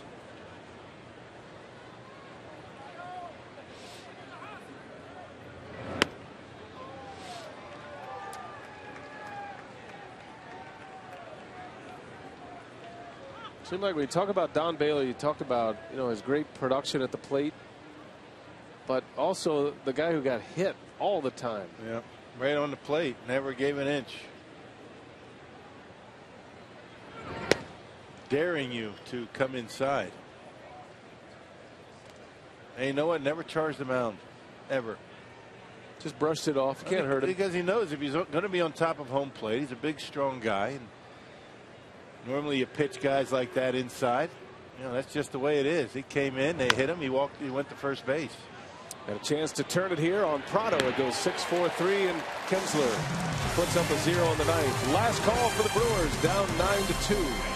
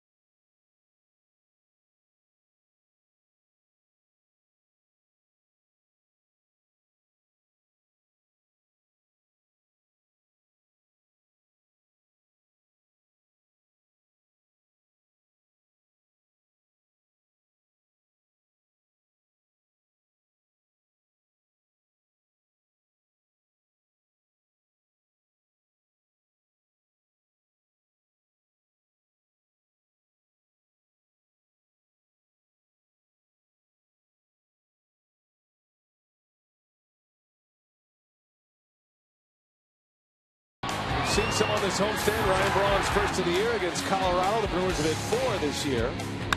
Ricky Weeks getting loose for one earlier on this homestand. But the one that they're still talking about, Gene Segura, not only his first homer of the year, but it was his first of his career. Gene Segura. That's our story tonight. Not a good news story at this point. 9-2 Diamondbacks. Tony Sipp, his 3rd appearance, on to try to close it out for the Diamondbacks. And the Brewers have a chance tonight to have a couple of players deliver their first major league hits in the same game. Chris Davis did it earlier tonight, and Josh Prince is due up 3rd in the center.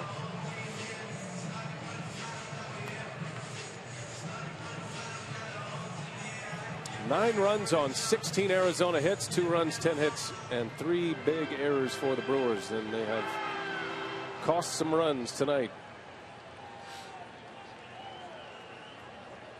2 errors in the 7th led to a couple of runs. Weeks, Segura, and Lucroy tonight with the errors. But the Brewers do have 10 hits. Gomez 0 for 3. You're always looking for the carryover effect from one game to the next, even in a lopsided game like this. And you know, Gomez would like to give a good at bat and turn it around tomorrow. A tough customer on the mound tomorrow, and Ian Kennedy. Yes, sir. Doesn't get much easier, and we'll just have to figure out a way to get things together. It's one thing to have injuries, but they just have not played all that well. They've been making errors, make a lot of, pitchers are walking batters, and those are the types of things you just can't do and win games.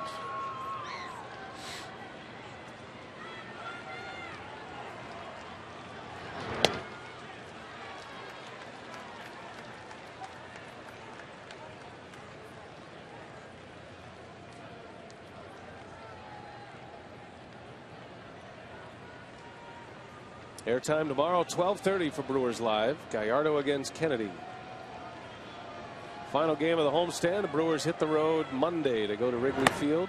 That'll be the Cubs home opener. That'll be a wild scene at Wrigley. They're expecting some rain at Wrigley Field. Probably have the roof closed there. Oh, there's no roof at Wrigley. That's right. You got your Long Johns packed? Yeah. Coldest place in the world. Wrigley Couple of Field, night games Tuesday and Wednesday in Chicago. That'll be good to see our old buddy Lynn Casper. He's got a new partner this year, Jim DeShays. His old partner is just next door, Bob Brenly, now with the Diamondbacks.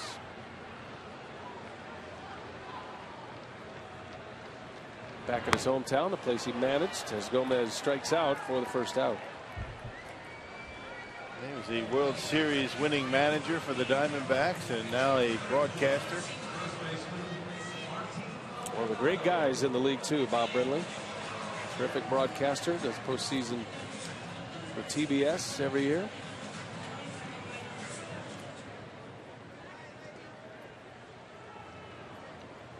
Martin Maldonado batting for the first time.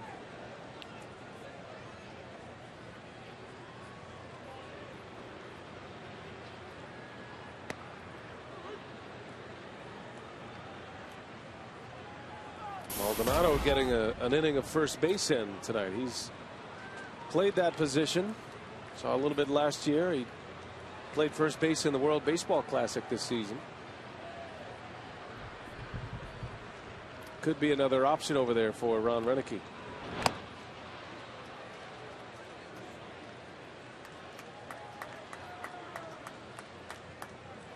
Well, the guy that hits the most is probably going to be the guy that ends up playing over at first base the most. It's all about hitting.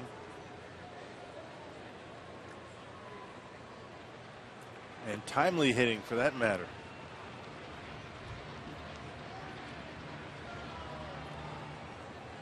Oh, and 2 on Maldonado.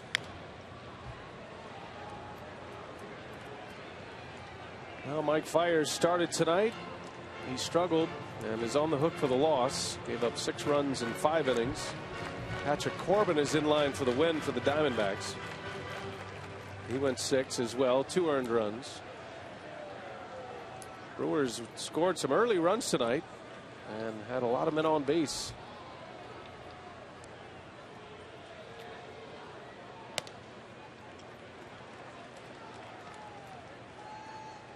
Saw Chris Narveson out of the bullpen tonight. He went a scoreless inning. Figueroa went 2.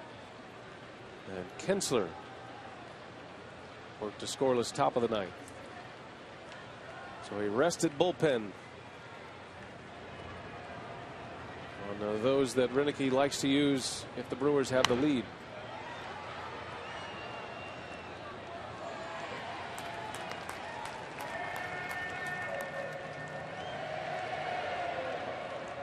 Big concern over Ryan Braun, though, especially, we're talking about going to Wrigley Field. It's going to be cool and there's going to be some rain. And that's not the best weather conditions to recover from neck spasms. Sometimes you go from the 90-degree heat of Arizona, start the season, you can shake it up a little bit as Maldonado strikes out. 2 gone. And the Brewers down to their last out. Here comes Josh Prince. And let's see if he can collect his first big league hit. Don't leave just yet. You've hung in there this long. You might as well stay to the end.